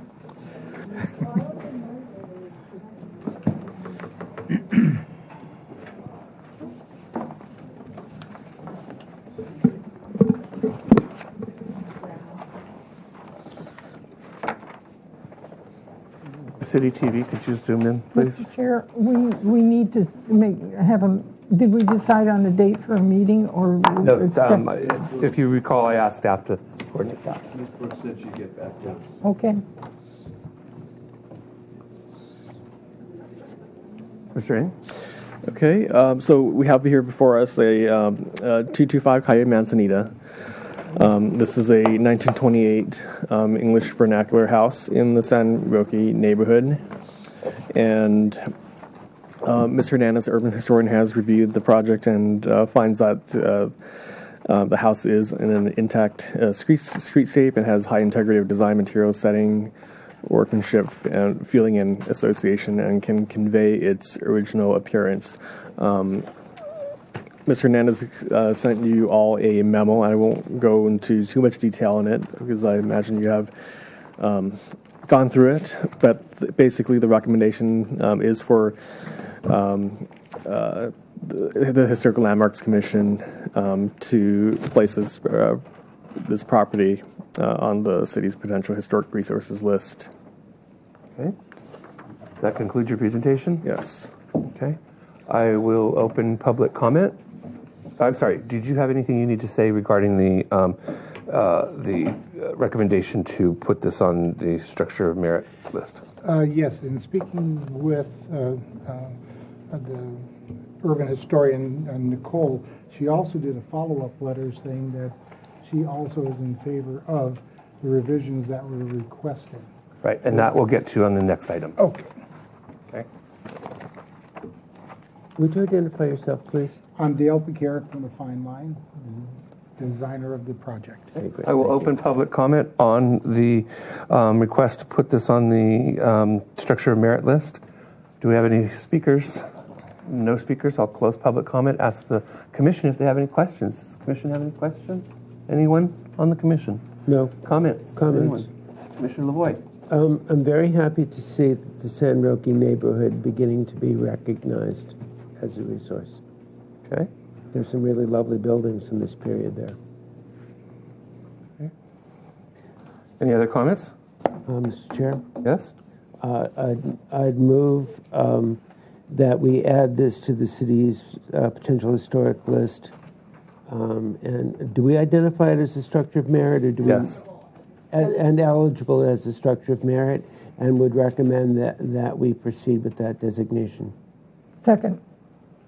Did you want to include the comment about the commission is glad to see the San Roque neighborhood, or just? No, that's fine. All right. We had a motion by Lavoie, a second by Arias. Any discussion? Any other discussion? All in favor? Aye. Opposed? Abstain? Motion carries. Okay, next item on the agenda is a new concept review for 225 Calle Manzanita. This is the same location. This is a proposal for 60 square foot of additions to an existing 1,218 square foot, one-story, single-family residence with 324 square foot detached garage. The proposed alterations include the relocation of an existing fireplace and chimney from the east elevation to the south elevation, a new oriel bay window and roof form at the east elevation, enclosure of a covered side porch off of the dining room, a new roof over a raised entry porch, and replacement of existing windows. The project includes a remodel and reconfiguration of existing interior spaces. The proposed total of 1,602 square feet on a 6,920 square foot lot is 53% of the maximum allowed floor to area lot ratio. This project will address a violation identified in Zoning Information Report number, how come it doesn't have a ZIR number? But anyway, number 18732. Action may be taken if sufficient information is provided. This project requires neighborhood preservation ordinance findings. So that being said, I do have the neighborhood preservation ordinance findings listed. If someone's making a motion, I'll be happy to hand this to them if we get there. Okay, please introduce yourself again for the record and give us a brief presentation. My name is Dale Picaric. I'm the building designer for this project. at 225 Calle Manzanita. And I'm from the Fine Line. That's my company. This project that we're looking at is simple in what we're looking at for the owner's standpoint. The chimney that we're looking to replace and move around the corner to a window there helps him in his mind to create a view corridor where there is a large window. If you look on the elevations that are present here, the large window on the front of the house has a shed roof. What we're introducing is a pitched roof with the same window and just taking this fireplace, moving it around the corner, and then just redeveloping this roof, which is, because of age, just needs to be reworked. There are several areas of the house which I have additional photographs showing that a lot of this house, other than some of this area, has been revised in the past without a permit. For example, I have pictures to show this window's a jalousie window. The only original window, actually there's two, this window here and one around the corner are the only windows that are original to the house.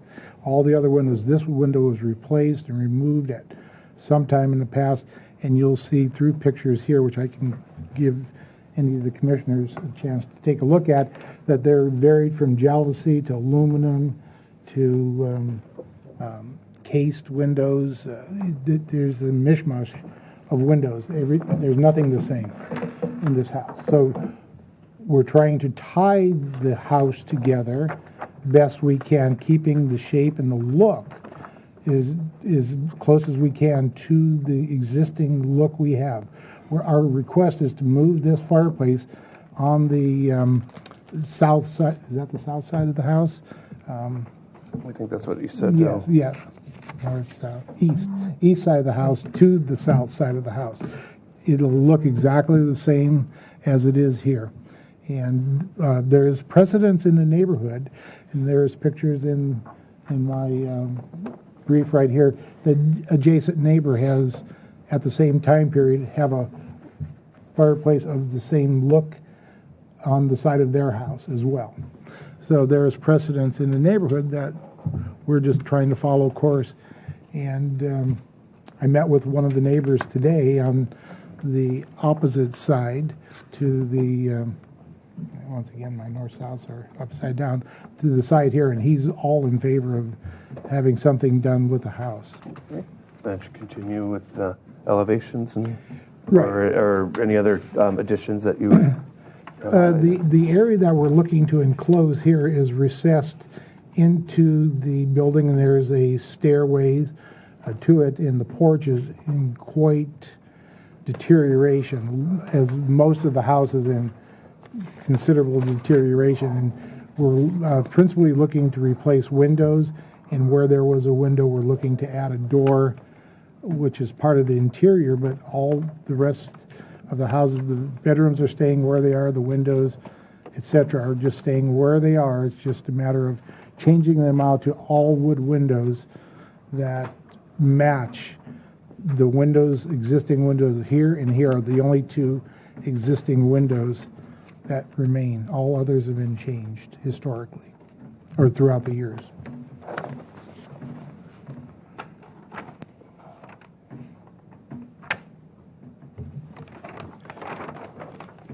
This is the porch area that we're looking to enclose, and take this window, move it out, and it will match this window in look and style exactly right here.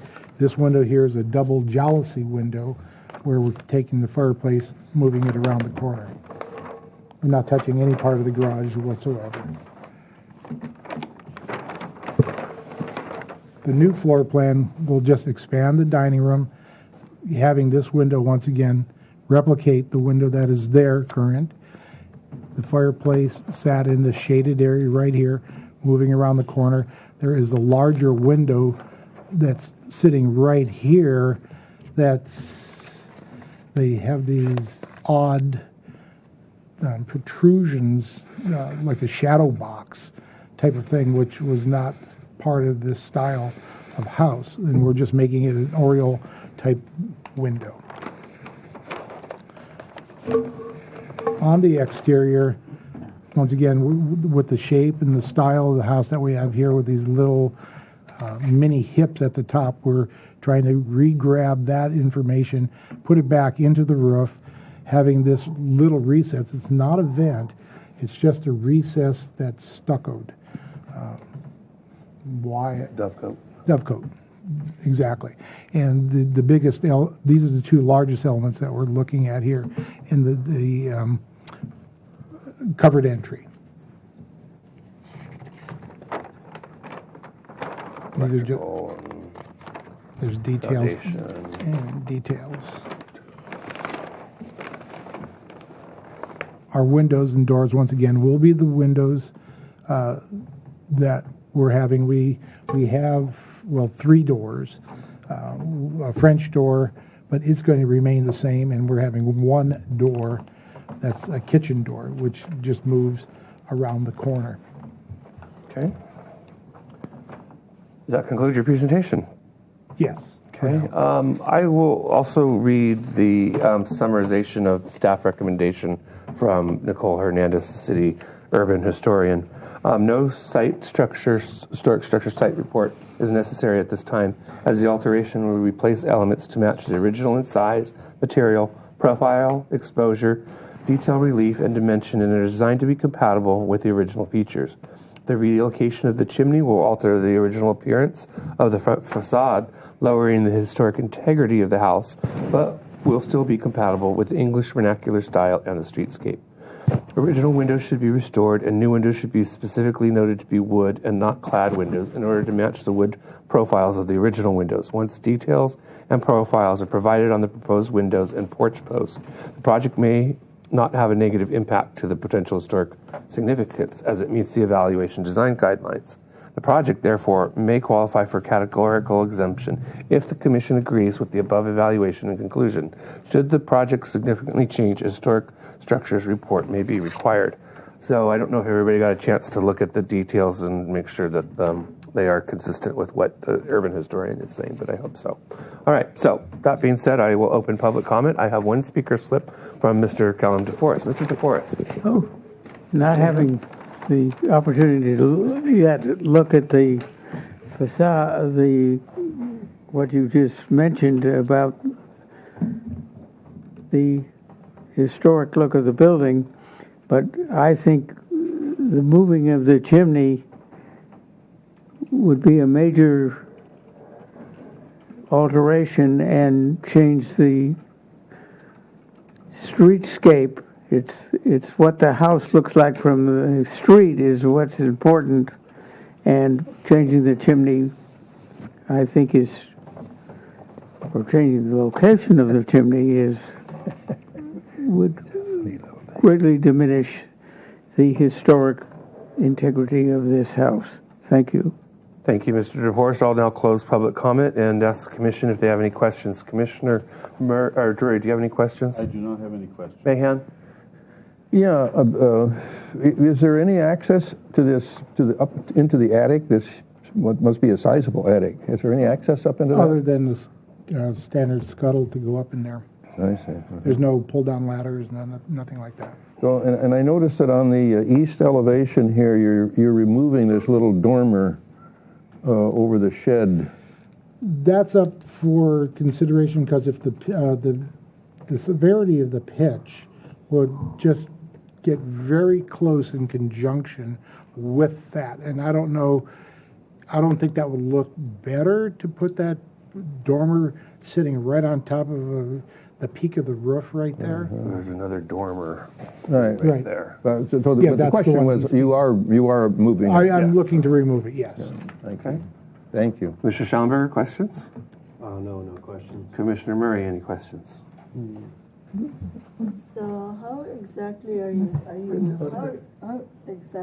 moving the chimney? Are you just basically carefully removing the? No, it's got to be rebuilt because it's an unreinforced masonry unit, which on the inside of the firebox itself, the bricks are just falling apart.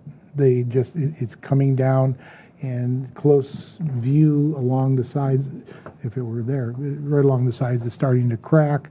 And that started the whole, that's what exactly started this whole revision idea to move it along the side, because of it falling down. They cannot use it.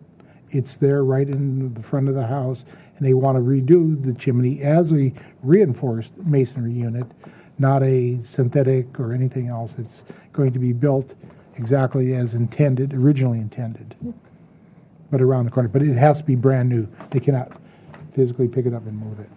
And when it's plastered, it'll all look to be one and the same, including the clay cap.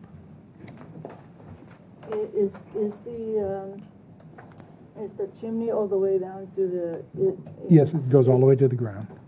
I mean, is it inside the foundation of the house? Yes, it is. Commissioner Lavoie, any questions? No, I think that's important. Commissioner Rios, any questions? We're trying to look at photographs. Sorry. We would like to see those photographs back. At this point, I don't have any questions. Back to you. Commissioner Vena, any questions? Okay. Commissioner Grumbine. Yeah, a couple questions. Looking at page A3, the east elevation, where the new bump out, the new bay window is. Those beams, were you looking at any particular precedent or the beam detail end? And you could also see on the north elevation sort of popping out underneath. Was there another neighborhood detail that you saw for that, or? No, not really. I didn't see anything in the neighborhood. It was been tossed about whether we should just take that directly to the ground. In some respects, now thinking about it, it probably save money and probably be a better look, because everything seems like it's rooted to the ground versus trying to be cantilevered above the ground. Okay. We're not opposed to making that change. And then I have a window question. Both that new bay window or that pop-out window, the big picture bay window, and also any other decisions for there seems to be a difference in mullions and number of divisions that you're proposing with. So I look at for example, the south elevation. You've got sort of your view window in the middle of that new addition, the infill porch, and then you have the two side small windows. So you have that combo, and then you use that same sort of horizontal light in your other windows as well. And looking at the photos, I was seeing that there was more vertical, and I was just wondering if there was a certain existing window that you were looking at in particular for a lot of these, or if there's some other reason for going with these more horizontal breakups. Yeah, we're not trying to go to the horizontal. A lot of times we have to meet egress for one. The windows that we can grab from and historically look at it, because the only remain are the one on the east elevation, right of the porch, and the one on the north elevation, just would be to the right of the porch again. Those are the only two windows. The ones that say restore, right? Yeah, okay, exactly. Those are the ones that restore, because we want to keep those, and that's where we start from and match. I had a question. Is there any particular reason you're not keeping the same proportion of the chimney that's being relocated? In other words, this clay tile cap is a lot taller, longer, more height to it than what you're proposing. Is there a reason for that? No, not really. Actually, we've been debating whether we can very delicately take that cap off and reuse it, because finding a cap just like that, may be an impossibility. And we don't want to make it out of any other material, and we don't want to do a double stack. We would just like, wherever possible, to harvest. Okay. And then lastly, staff, and Yeah, does I anyone think it else is. It's just a photograph. get the It sense doesn't- or there's elevation. take into consideration that Ms. Hernandez, the urban historian, same. hasn't evaluated the removal of that dormer? Am I missing thing right something? I didn't see it in this memo, but I think that's sort of an important removal there. Well, And has she evaluated it? Wait, I don't know. Wait till comments. Okay, comments. okay. So my question is, has she evaluated it? I don't know. Okay. Mr. Chair? Staff, do you know if she's evaluated it? Unfortunately, I don't know for certain if that specific element has been evaluated. Commissioner Jury, question? Yes, I'm looking at the photograph of the house, the front. Is that the south no, it's the east elevation. Now, why is there work contemplated on the roof pitch? On the, what side would that be? The south side? No, the north side. Because I'm looking at the front of the house, and there's a pretty large open pitch above the front door. Big triangle. Yeah, this here. You want to see the With the pictures? little windows in it. So I don't see any little. Well, there's a little window on the ground floor. So is there something different in the drawing that I'm not seeing? Those are right there. Okay. And why does it look different in the drawing? From the side profile, Well, I'm looking at the front. the front, East elevation. So I think what his question why is. is that different? Is this porch, correct me if I'm wrong, Commissioner Drury, is that this porch is not as wide as it is in the photo, or excuse me, it's wider than it is in the photo, and you're judging that because of the way the end of that pitched roof, shed roof, is lining up with the edge of that window. Well, I'm talking about the where your finger is. Right, His where your finger there? Yes. Why is that not open? Am I not seeing it properly? I don't think you're seeing it properly. That may well be true. There's a lot of Let me put poetry my- there. yeah, it's a little return roof, like a little hip roof. Okay. That's a hip roof. Okay, then, and my other question is, I'm sorry it took me so long to get to questions. Is the dormer original, the one that you proposed to remove? Is that an original, as far as you can tell? It may be because it is a completely different window style. It's a diamond windows. So we don't know if the diamond windows were part of the original, because there's 3 dormers and all windows are different. So we Well, I think, if I'm not mistaken, the pitch of that dormer is the same as the pitch of the roof. yes. I think that's a kind of an important rhythmic feature of that elevation. That's a comment. Oh, is it? You can start. Can I put it in? Okay, it's a comment. I'll say. I just wanted to ask if anybody else had any questions. Yes, I have a question. Okay, let's get to Commissioner Arias first because she hasn't had a chance. The criteria G mentions the dormer mimic the steeply pitched gable, a prominent stucco chicken. Anyway, their dormers are mentioned in criteria G. Mm-hmm. was something That's to- this ridge right here. Yeah, in the second sentence it says the house features dormers that mimic the steeply pitched gable, a prominent there. stucco chimney on the front elevation and wood casement windows. These are character-defining features of the English vernacular houses across the country, and they demonstrate an outstanding attention to architectural detail. So, that dormer is important, and I don't know if We're not opposed to leaving it at all. Yeah, Because I- you don't have to do it, don't have to touch it, just clean it. Okay, and I'm not sure that Ms. Hernandez was keenly aware or fully aware of that dormer being removed. All right, any other questions, Mr. Chair? Commissioner Mahan? Yeah, I have to have this poker. Poker? No, it's a pointer. It's a fescue. You're gonna poke. Look out, look out. Things are going awry here. Excuse me. You have a leash on, remember? Yeah, I forget that. I'm not, this leash business is, Well, we're all on short leashes here, It Commissioner. wasn't in the budget. I believe that this drawing is incorrect in that this Pitch. whatever you call that, Cable that's that line. line right there. So this line, it would not be there. And this is not there. That can't be there because this roof goes right straight up right straight up to that, what we call a Dutch gable, which is right there. So that ought to be out of there, and that's kind of a comment, but where's the question? Why is it? That's not correct, I believe. Good Right, eye. Bill? Yeah, right. You're right.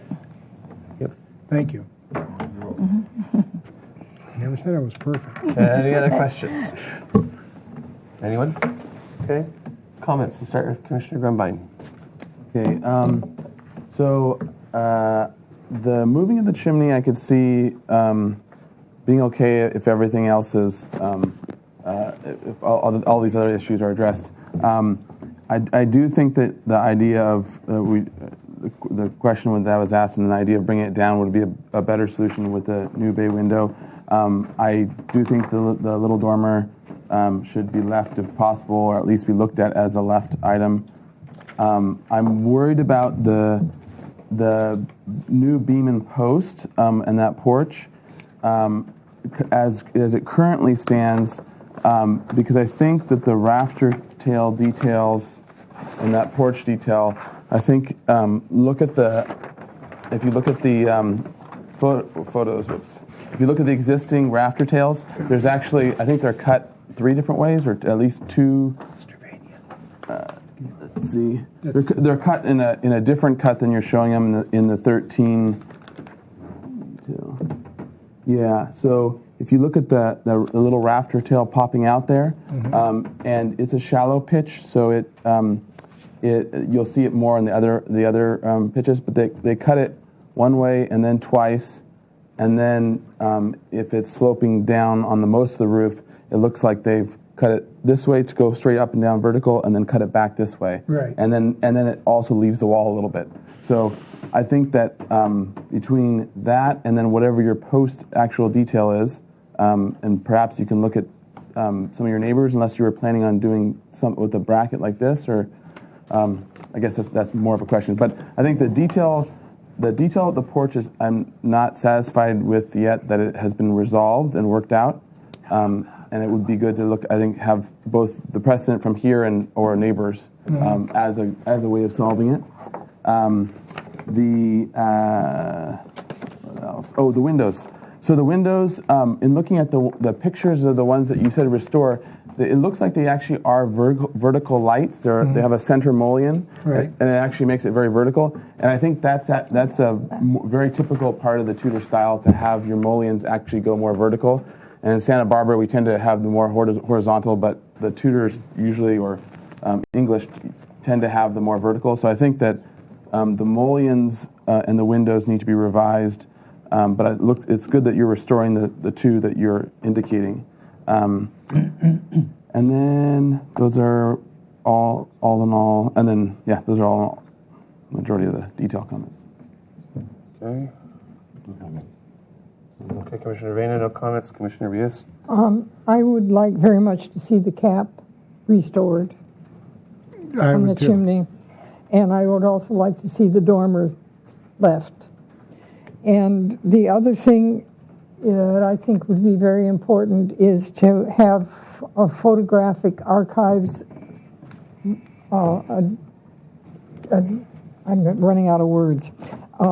Made so that there's a complete history of the house, what it looked like now and what future, and so we have a complete record of this house, because it's a very charming, lovely little house, and my preference would be to keep the chimney in its location but I understand the need for change. I understand the earthquake problems, but I think photographic archives of everything that's done with before and after would be very nice, to make sure that it's on file with the Historical Society or the Trust or whatever group takes the files. Thank you. No, you can't. Commissioner It'll Lavoie? be flat up there. The more I look at this building, It'll be the more I flat. like it. This will be And flat. it's not my favorite style of If you cut this one architecture, off here so like it took this, me a over while. here, you're going to have a porch is flat, exquisite. You're going to have a flat roof up there. You should leave it alone. You should really leave it alone. It is just exquisite. The dormers should be left right where they are. All of them. All of them. Moving the fireplace, I don't have a problem with, actually, as long as you replicate the height of the chimney cap. And it may be something that you're going to have to build out of metal and paint to look like terracotta in order to make it work for the current code. I don't think the terracotta will stand to the current earthquake code. I think more birds have seen it than people. Well, it's a very important part. And it's one of those things. The closer you look, the more interesting this building becomes. And that's one of those pieces. It's quirky. This is one of David Gephardt's favorite styles of architecture, was English vernacular. He wrote a lovely book on Voisey, he may be the architect of this building.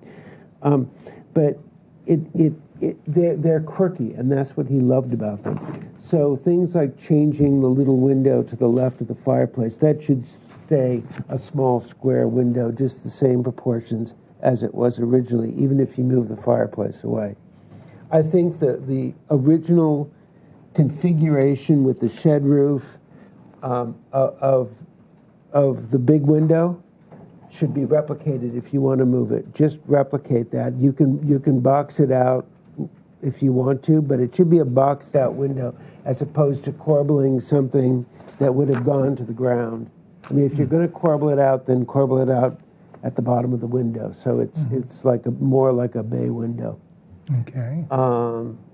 And I'd sort of more replicate what happens here with a very simple shed roof kicking out is more typical of this style of architecture.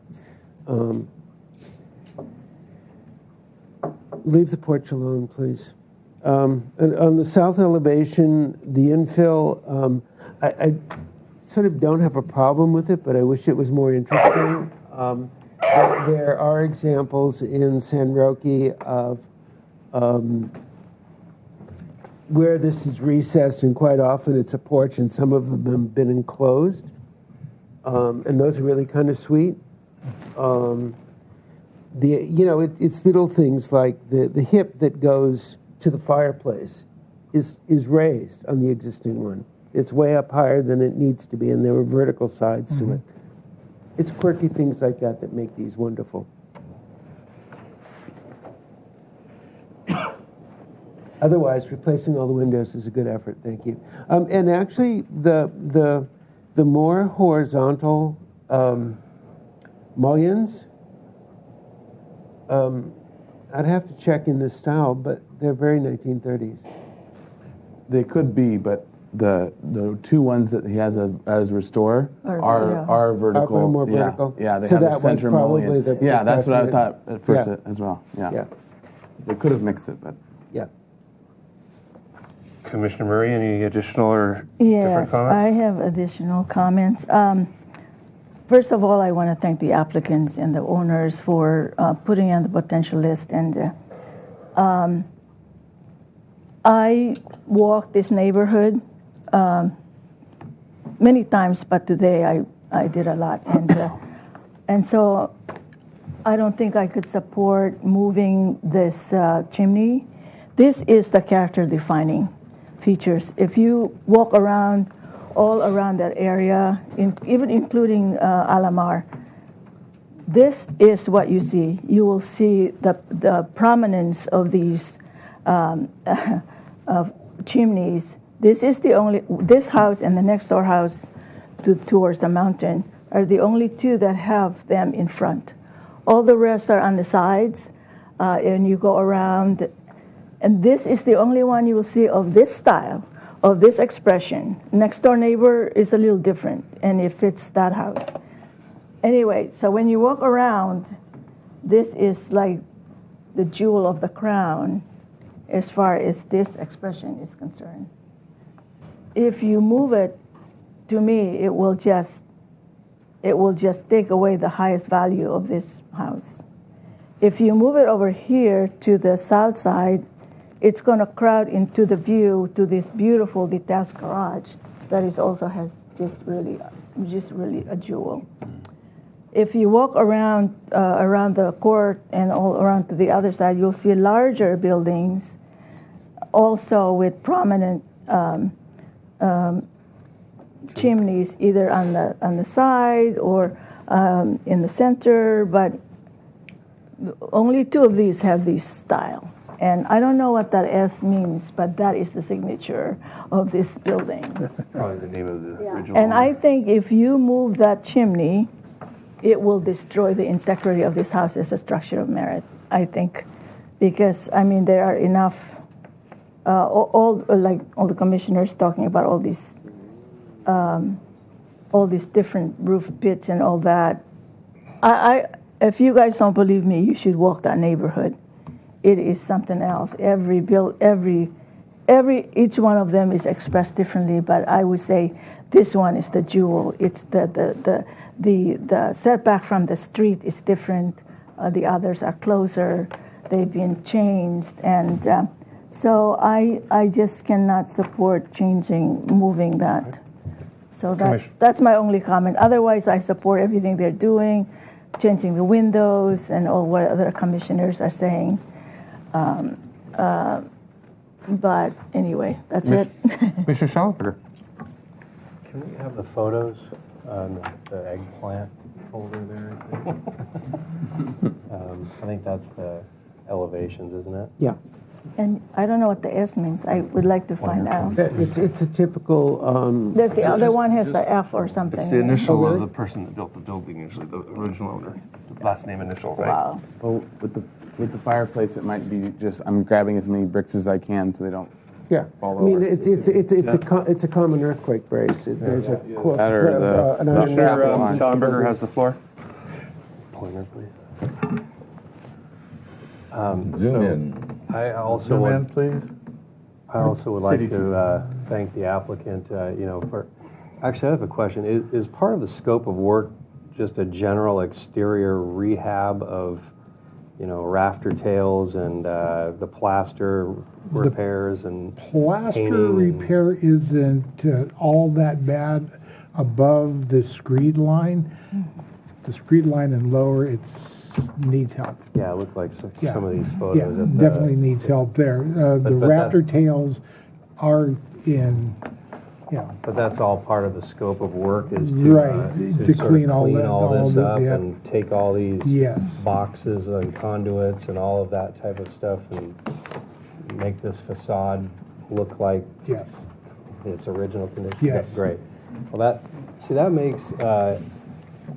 I was more inclined to agree with Commissioner Murray. I've driven by this house all my life, really, and that chimney, it does stand out, and more because of this little scroll thing. I think it's so unique, and I've seen this thing, and it does stand out as part of the neighborhood, actually. And the fact that it faces the street like that is, like I said, it makes it part of the neighborhood, and also. It does a lot to break up this giant slope of roof and elevation view. You've got sort of this verticality of this vertical portion of rake wall, and then you've got the verticality of the chimney there that gives this thing the rhythm that I think was mentioned earlier. And then the interstitial elements, the dormer and the stepping down and over to the lovely porch there, that whole rhythm is, it's so integral to this building, I think, that I was initially not thrilled to see the chimney move, but the mitigation factor for me is the rehab of the building itself and the efforts that the owners would like to put into that. That has to be rewarded somehow, so I could support that, but I think you're still left with a fairly large challenge of if you're going to leave that dormer there, I don't think that there's some conflicting massing that's going to happen with this window and this structure here. I think this element is going to have to be revised. I don't know how to resolve it actually. I wouldn't even attempt to do it on the fly like this, but there is a vertical massing, I think, that needs to be somehow reintroduced here, and maybe it's tying into that dormer or something. I don't know, but that is definitely part of the rhythm of this architecture, and I just, going forward, I'm curious to see how that gets resolved, because I think it's incredibly important to retaining the integrity and then possibly keeping this as a structure of merit, because otherwise, as Commissioner Murray said, it might lose that that status. And then I also think, you know, there's some detailing that's still required. I don't know that these corbels under the bay window, if that even stays like that, are completely detailed. In fact, it's not. I mean, this is just sort of a block out elevation view there. But and then also, you know, windowsill head and jamb details and that type of thing going toward as you go toward final approval. But I think how you handle the details will be just as important as the massing. Okay. We are 15 minutes behind schedule, so Commissioner Mahan, if there's well, I have a lot to say. Do you have anything to add? I know you may have a lot to say. Do you have anything to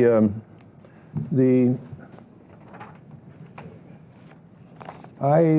I think that I'm looking at the photograph up here. Well, first of all, I think that when these drawings come, they should have existing and proposed, and not having us to have to try to figure out from a lot of photographs what is and what's going to be. I think that's really an important part of the presentation that isn't here. It's hard to evaluate it, but I think that the existing front elevation, as idiosyncratic as it is really quite wonderful. And it's a play of all of these different elements that nobody, I don't think, could possibly imagine except for whoever did this. It might be possible to move the chimney and still keep it in front. I can see from a planning point of view why you want to move the chimney. It's a better location on the side at the end of the room. But it might also be okay. It might be able to be moved a little bit, and if you have to rebuild it because it's unreinforced masonry, you might be able to keep it in front. I think this needs to be studied. I don't want to see that chimney go off of the front elevation if it can be kept on the front elevation, but maybe moved in some way that keeps the basic character of the house the way it is right now. I think that's really important.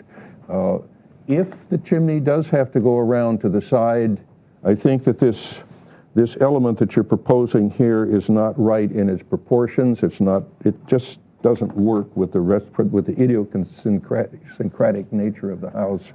The big window, it pinches too much where it comes close to the roof, and I think that the Dutch gable isn't big enough. And I mean, there are a whole bunch of things that need to be studied if the chimney moves around to the side. But I would suggest that the applicant go back to the drawing board and study trying to keep the chimney on the front of the house, possibly moving it if it's going to rebuild it, possibly moving it a little bit so that it works better in the plan, but try to keep that on the front. That's really important.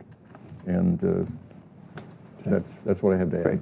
Commissioner Drury, anything to add? Well, I would support moving the chimney to the side with the caveat that it would open up the front to some very stringent detailing to make the front, keep the front somewhat idiosyncratic. But I could support, with that in mind, I could support moving the chimney. I think it's a idiosyncratic house, but I would consider the chimney a mistake. Why would you put a chimney on the east elevation where the sun comes in? It makes no sense to me. But I understand that the architects on the commission appreciate the idiosyncratic nature of that street side chimney, but I would support something on the side as long as great attention was paid to detail on the east elevation. Commissioner Rios? Just a quick comment. Mr. Mahan raised an interesting idea. Why not have the chimney move over on the side, but keep the existing chimney, but not as a chimney, just as an architectural feature? That's a possibility, too. Yeah, well, that was expanding your idea. So wouldn't be seismically. No, they'd have to bring it up seismically, but it would still be retained as an architectural feature. Mr. Chair, I have one more thing to add, too. I think that the porch as presented is diminutive. This column, it just doesn't, it's not right. It's not long enough. It's not a proper porch. Needs to be restudied. Okay. Chair? Commissioner Lavoy. I'll be very brief. I agree with Mr. Mahan's comments about the chimney location. Okay. I know I'm going to screw that one up, but okay.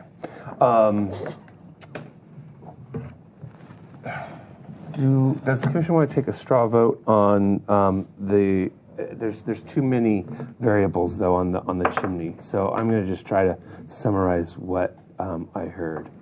I'll start with the chimney. Study not moving the chimney to the south elevation, but perhaps shifting it a bit within the existing east elevation, or rebuilding it in its existing location to be seismic and to retain the integrity of the building. Okay, leave all the existing dormers. The corbels on the new bay addition should emulate the existing corbel end cuts, or should be eliminated, bringing the bay down to the ground. Mullion and window need more study, revision to be more consistent with English style and existing original windows. The chimney cap needs to be reused or recreated. Archival photos should be required and filed with the appropriate entity. The porch is exemplary and exquisite. It should not be touched or revised. The existing porch, excuse me. Replicate the shed roof at the new bay window. The commission does not have any issue with the south elevation porch infill. Replacing the windows is a good effort and is much appreciated by the commission. Study I'm going to strike that one. Okay. The drawings should show existing and proposed elevations. Side by side. Side by side. Side by side. Not on a different page, but side by side. Mr. Chair. Commissioner Lavoy. I had asked that the new bay window emulate the existing bay window. Okay. The new bay window should emulate the existing bay window, keeping with the shed roof. The shed roof. Yeah. So my comment there about replicate the shed roof at the new bay window should be just combined. Mr. Chair. Commissioner Lavoy. I think we should have a straw vote on the relocation of the chimney, because that's an essential part of their proposal, and they need very clear direction. Okay. Do you want to formulate the? Well, how many commissioners would like the chimney to remain on the street east elevation? In some form or fashion. In some form or fashion. Everybody. Except for jury. So. I just want to add that this area is a potential historic district. Yeah. Okay. I think And we also need to ask the really question need though to on that ask straw that vote. people should go and see this place. Let me finish the straw vote. I think we need to finish the straw vote and also ask how many commissioners can support an additional chimney on the south elevation. I think that would be strange. It would be really strange. So there's only one commissioner that can support. No, if it's diminutive. Yeah, it would work. Yeah. Okay. So 1, 2, 3, 4, 5. Yeah. So the question is, how many commissioners can support a diminutive chimney on the south elevation? And 5 can. Diminutive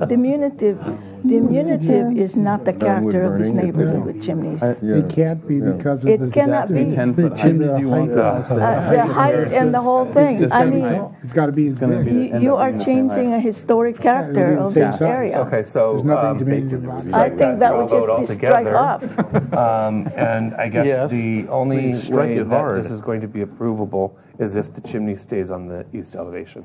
Mr. Chair. Okay? I think, I don't want to be in the position of designing this project for the applicant, and I think what we should do is have a 2 weeks continuance for his to take the comments and examine them and evaluate them and come back with the pros and the cons, because I'm willing to listen to any changes that are necessary. I understand the earthquake problems and things like this, but I think the applicant needs to have some time. And yeah, I was going to suggest a 2-week continuance, definitely, not an approval. For 2 weeks continuance. Is that enough time for you, or do you want? That's fine. I'll second that motion. So we had a motion by Mahan and a second by Arias. Any other discussion? All in favor? Aye. Opposed? Abstain? Motion carries. Okay. Do you understand the motion? Oh, yes. I mean, Don't want you to walk out of here confused. it's not that big of a project, but yet It's important. it's important. very Exactly. And Okay, the next item on the agenda is item number 5. This is concept review of 3135 Calle Mariposa. you're gonna ditch that little fireplace. We want altogether. the big set, I think, Yeah. right? That you'll never even see. If that configuration's sorry.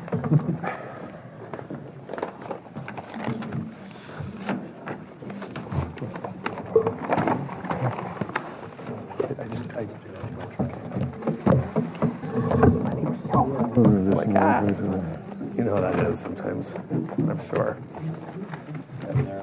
I'll give that. Okay. You're taking the big set. I appreciate it. More value to you or not?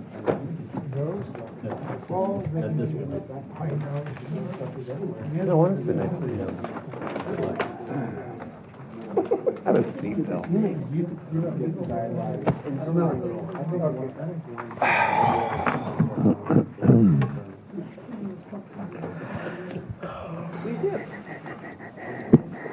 On both accounts? Yes. Wow. Thing 2 or 2. That's rude. See if you get your site plan. Please introduce yourself for the record.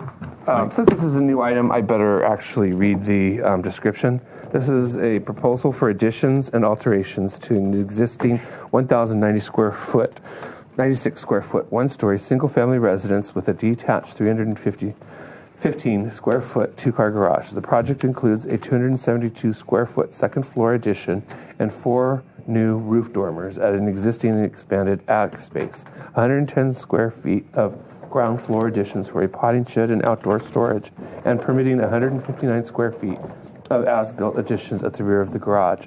The project also includes demolition of an unpermitted 198 square foot patio cover and construction of a new 192 square foot concrete patio site walls, pedestrian gate, and new walkway steps. The proposed total of 1,952 square feet of development on a 10,890 square foot lot is 51% of the maximum allowed floor-to-lot area ratio. The structure is on the city's potential historic resources list. Action may be taken if sufficient information is provided. The project requires neighborhood preservation ordinance findings, and I do have those findings listed here if we get there. So please introduce yourself for the record and a brief presentation. My name's Tom Henson, and I've been Peter Becker's right-hand man for the last 15 years. Sorry to hear about Peter. Yeah, Peter passed away in Very sorry about that. early August, so he was very excited about this project, and I'll do my best to present it. Okay. We both worked on it together, though. It's it's a Tudor house. It was just added to the list of potential historical structures. It has streets on 2 sides and a creek on the 3rd side, and the lot's very limited as to what we can do to add. We're only, even with all the additions we're proposing, going up to 50% of the FARs. What made most sense to us was to convert the generous attic space into a bedroom, which would allow us to get a sort of normal-sized kitchen, dining room, and the ground floor, and 1 bedroom on the ground floor. The front, the 2 elevations that face the streets are staying about the same, and we're proposing adding 2 small gable dormers, one on the east and one on the south of the rear elevations that echo the gable dormers or gable wings that are facing the west and the front of the house currently.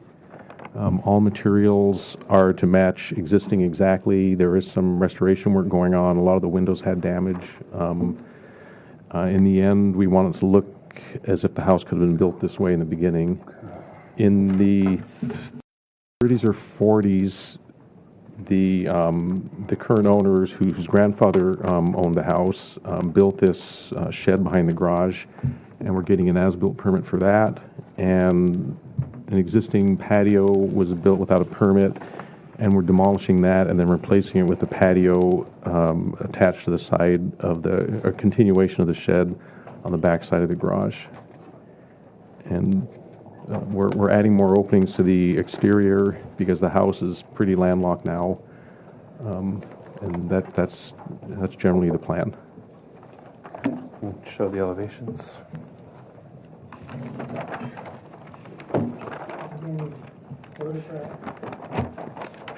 They should be circulating. I have more. They're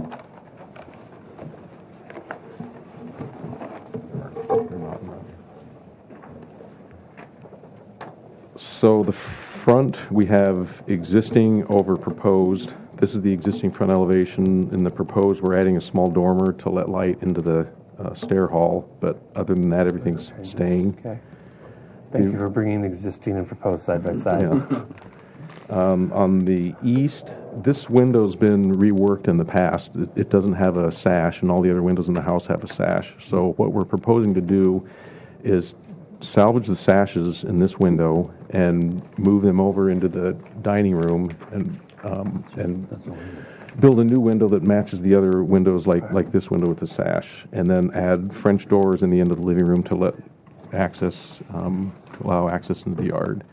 And then we're also proposing removing one small French door and replacing it with larger French doors so the kitchen has access to the backyard, or better access.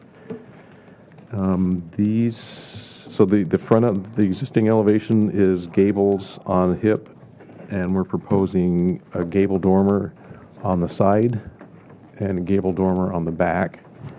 And that gives us just enough room for a small attic-y bedroom on the second floor. The plate height's 5'9", and it goes up to about 9 feet in the middle. So it's meant to be quirky, but quirky works with this Tudor. An attic-y.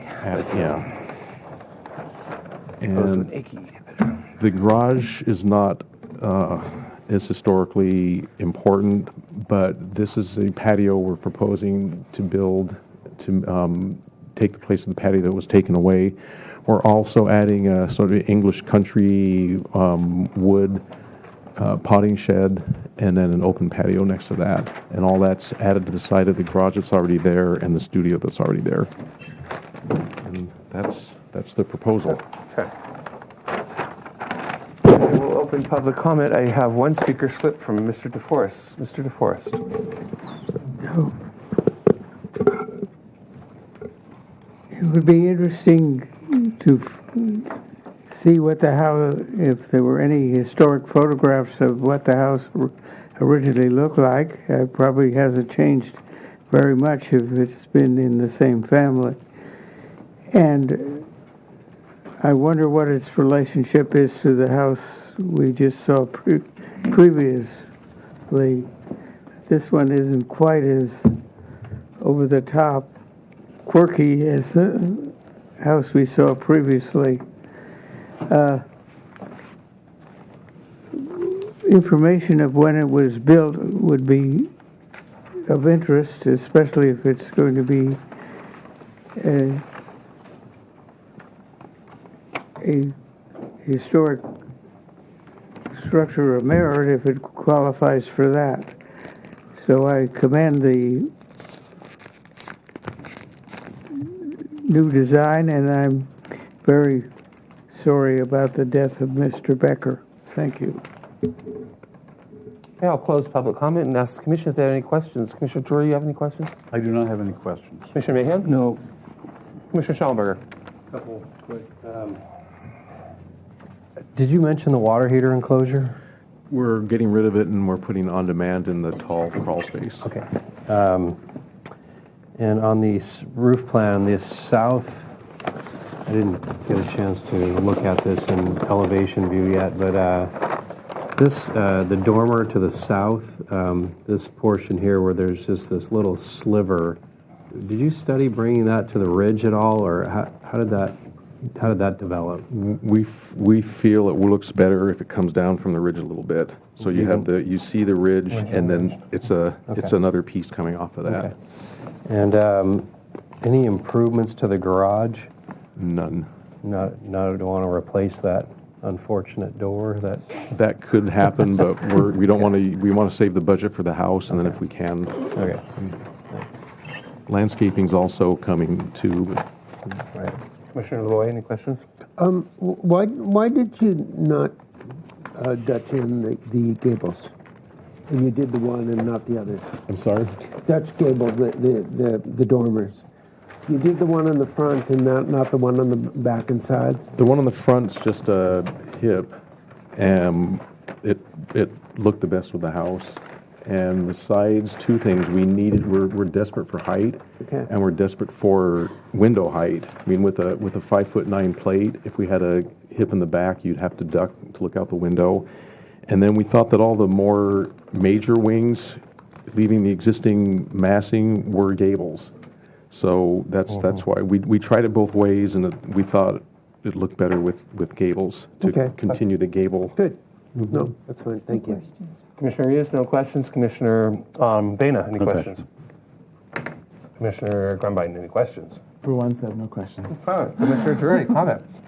Well, I'm looking at the photographs and the drawing. I like what I see. I think, first of all, it's a lovely house as it sits, but an expansion being done tastefully is always welcome. Thank you. Commissioner Mahan. I agree. I think it's acceptable as submitted. Commissioner Schomburg, any comments? Yeah, I agree, and I particularly like what you've done with the French door here and to eliminate this stoop element. That's nice. Commissioner Lavoie, any comments? I think it's commendable. Commissioner I agree with what's been said. Commissioner Vena, Commissioner Grunbein. Fantastic.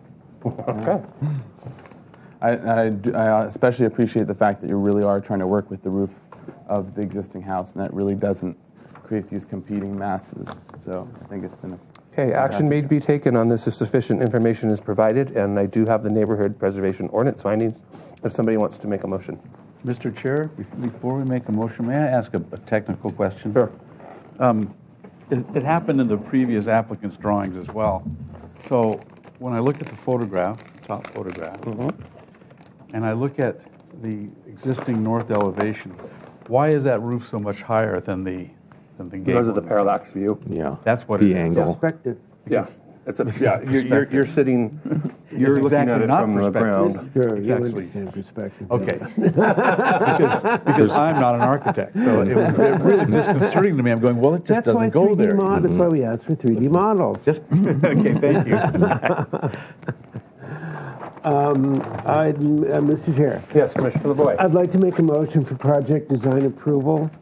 The project is consistent with required neighborhood preservation ordinance findings, consistent with the scenic character of the city, and enhance the appearance of the neighborhood and poses no significant change, is compatible with the neighborhood in size, bulk, and scale, and appropriate to the site, specific site and neighborhood, is designed with quality architectural details matching those of the existing.